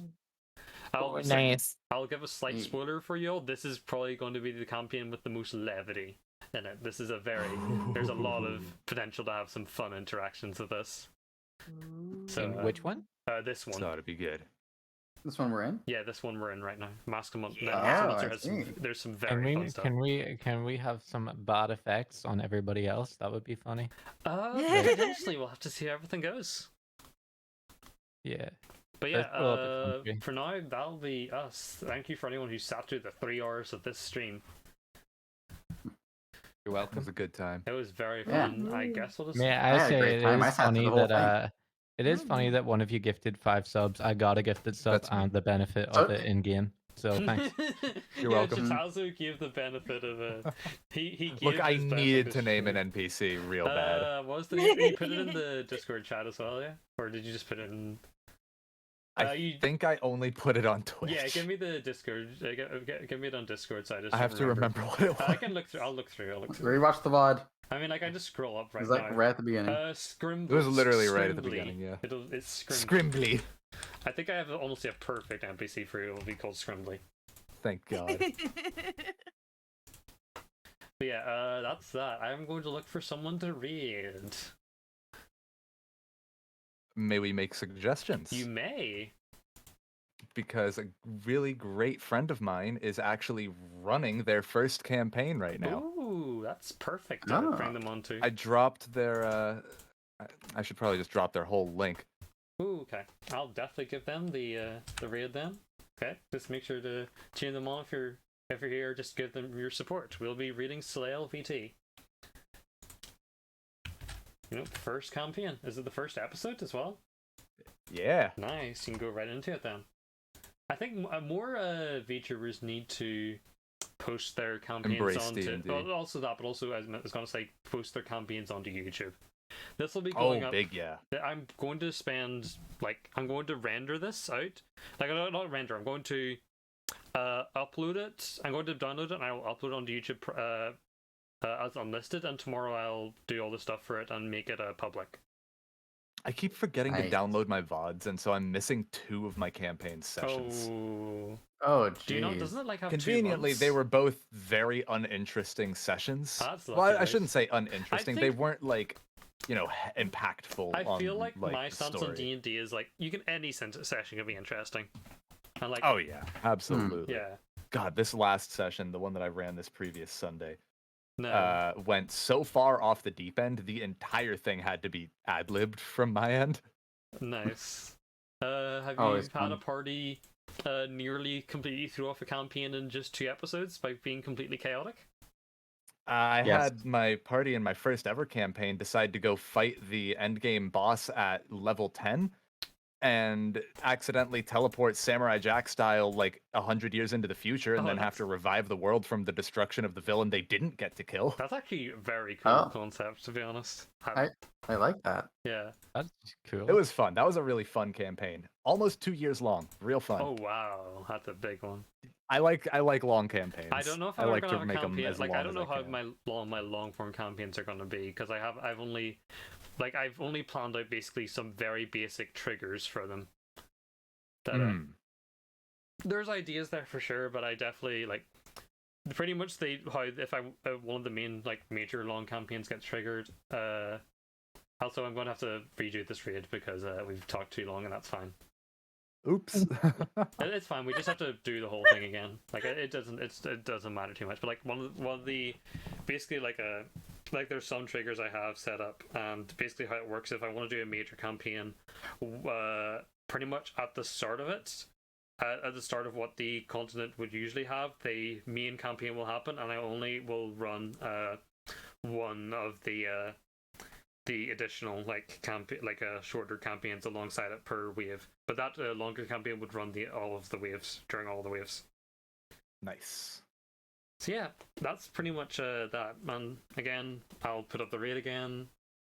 Oh, the raid auto happened, I think maybe. Yeah, but Oh, you're still the raid go alive. through. Oh no. Yeah, it went. Okay, it's fine. Yeah. We'll end the stream now. Thank you so much for everyone for being here. I'll see you tomorrow at 10 p.m. Bye. Again, Hi, everybody. thanks for all of Bye. you guys for being here. Yeah, seriously though, follow my Twitter. Sean, you do have some great content, yeah.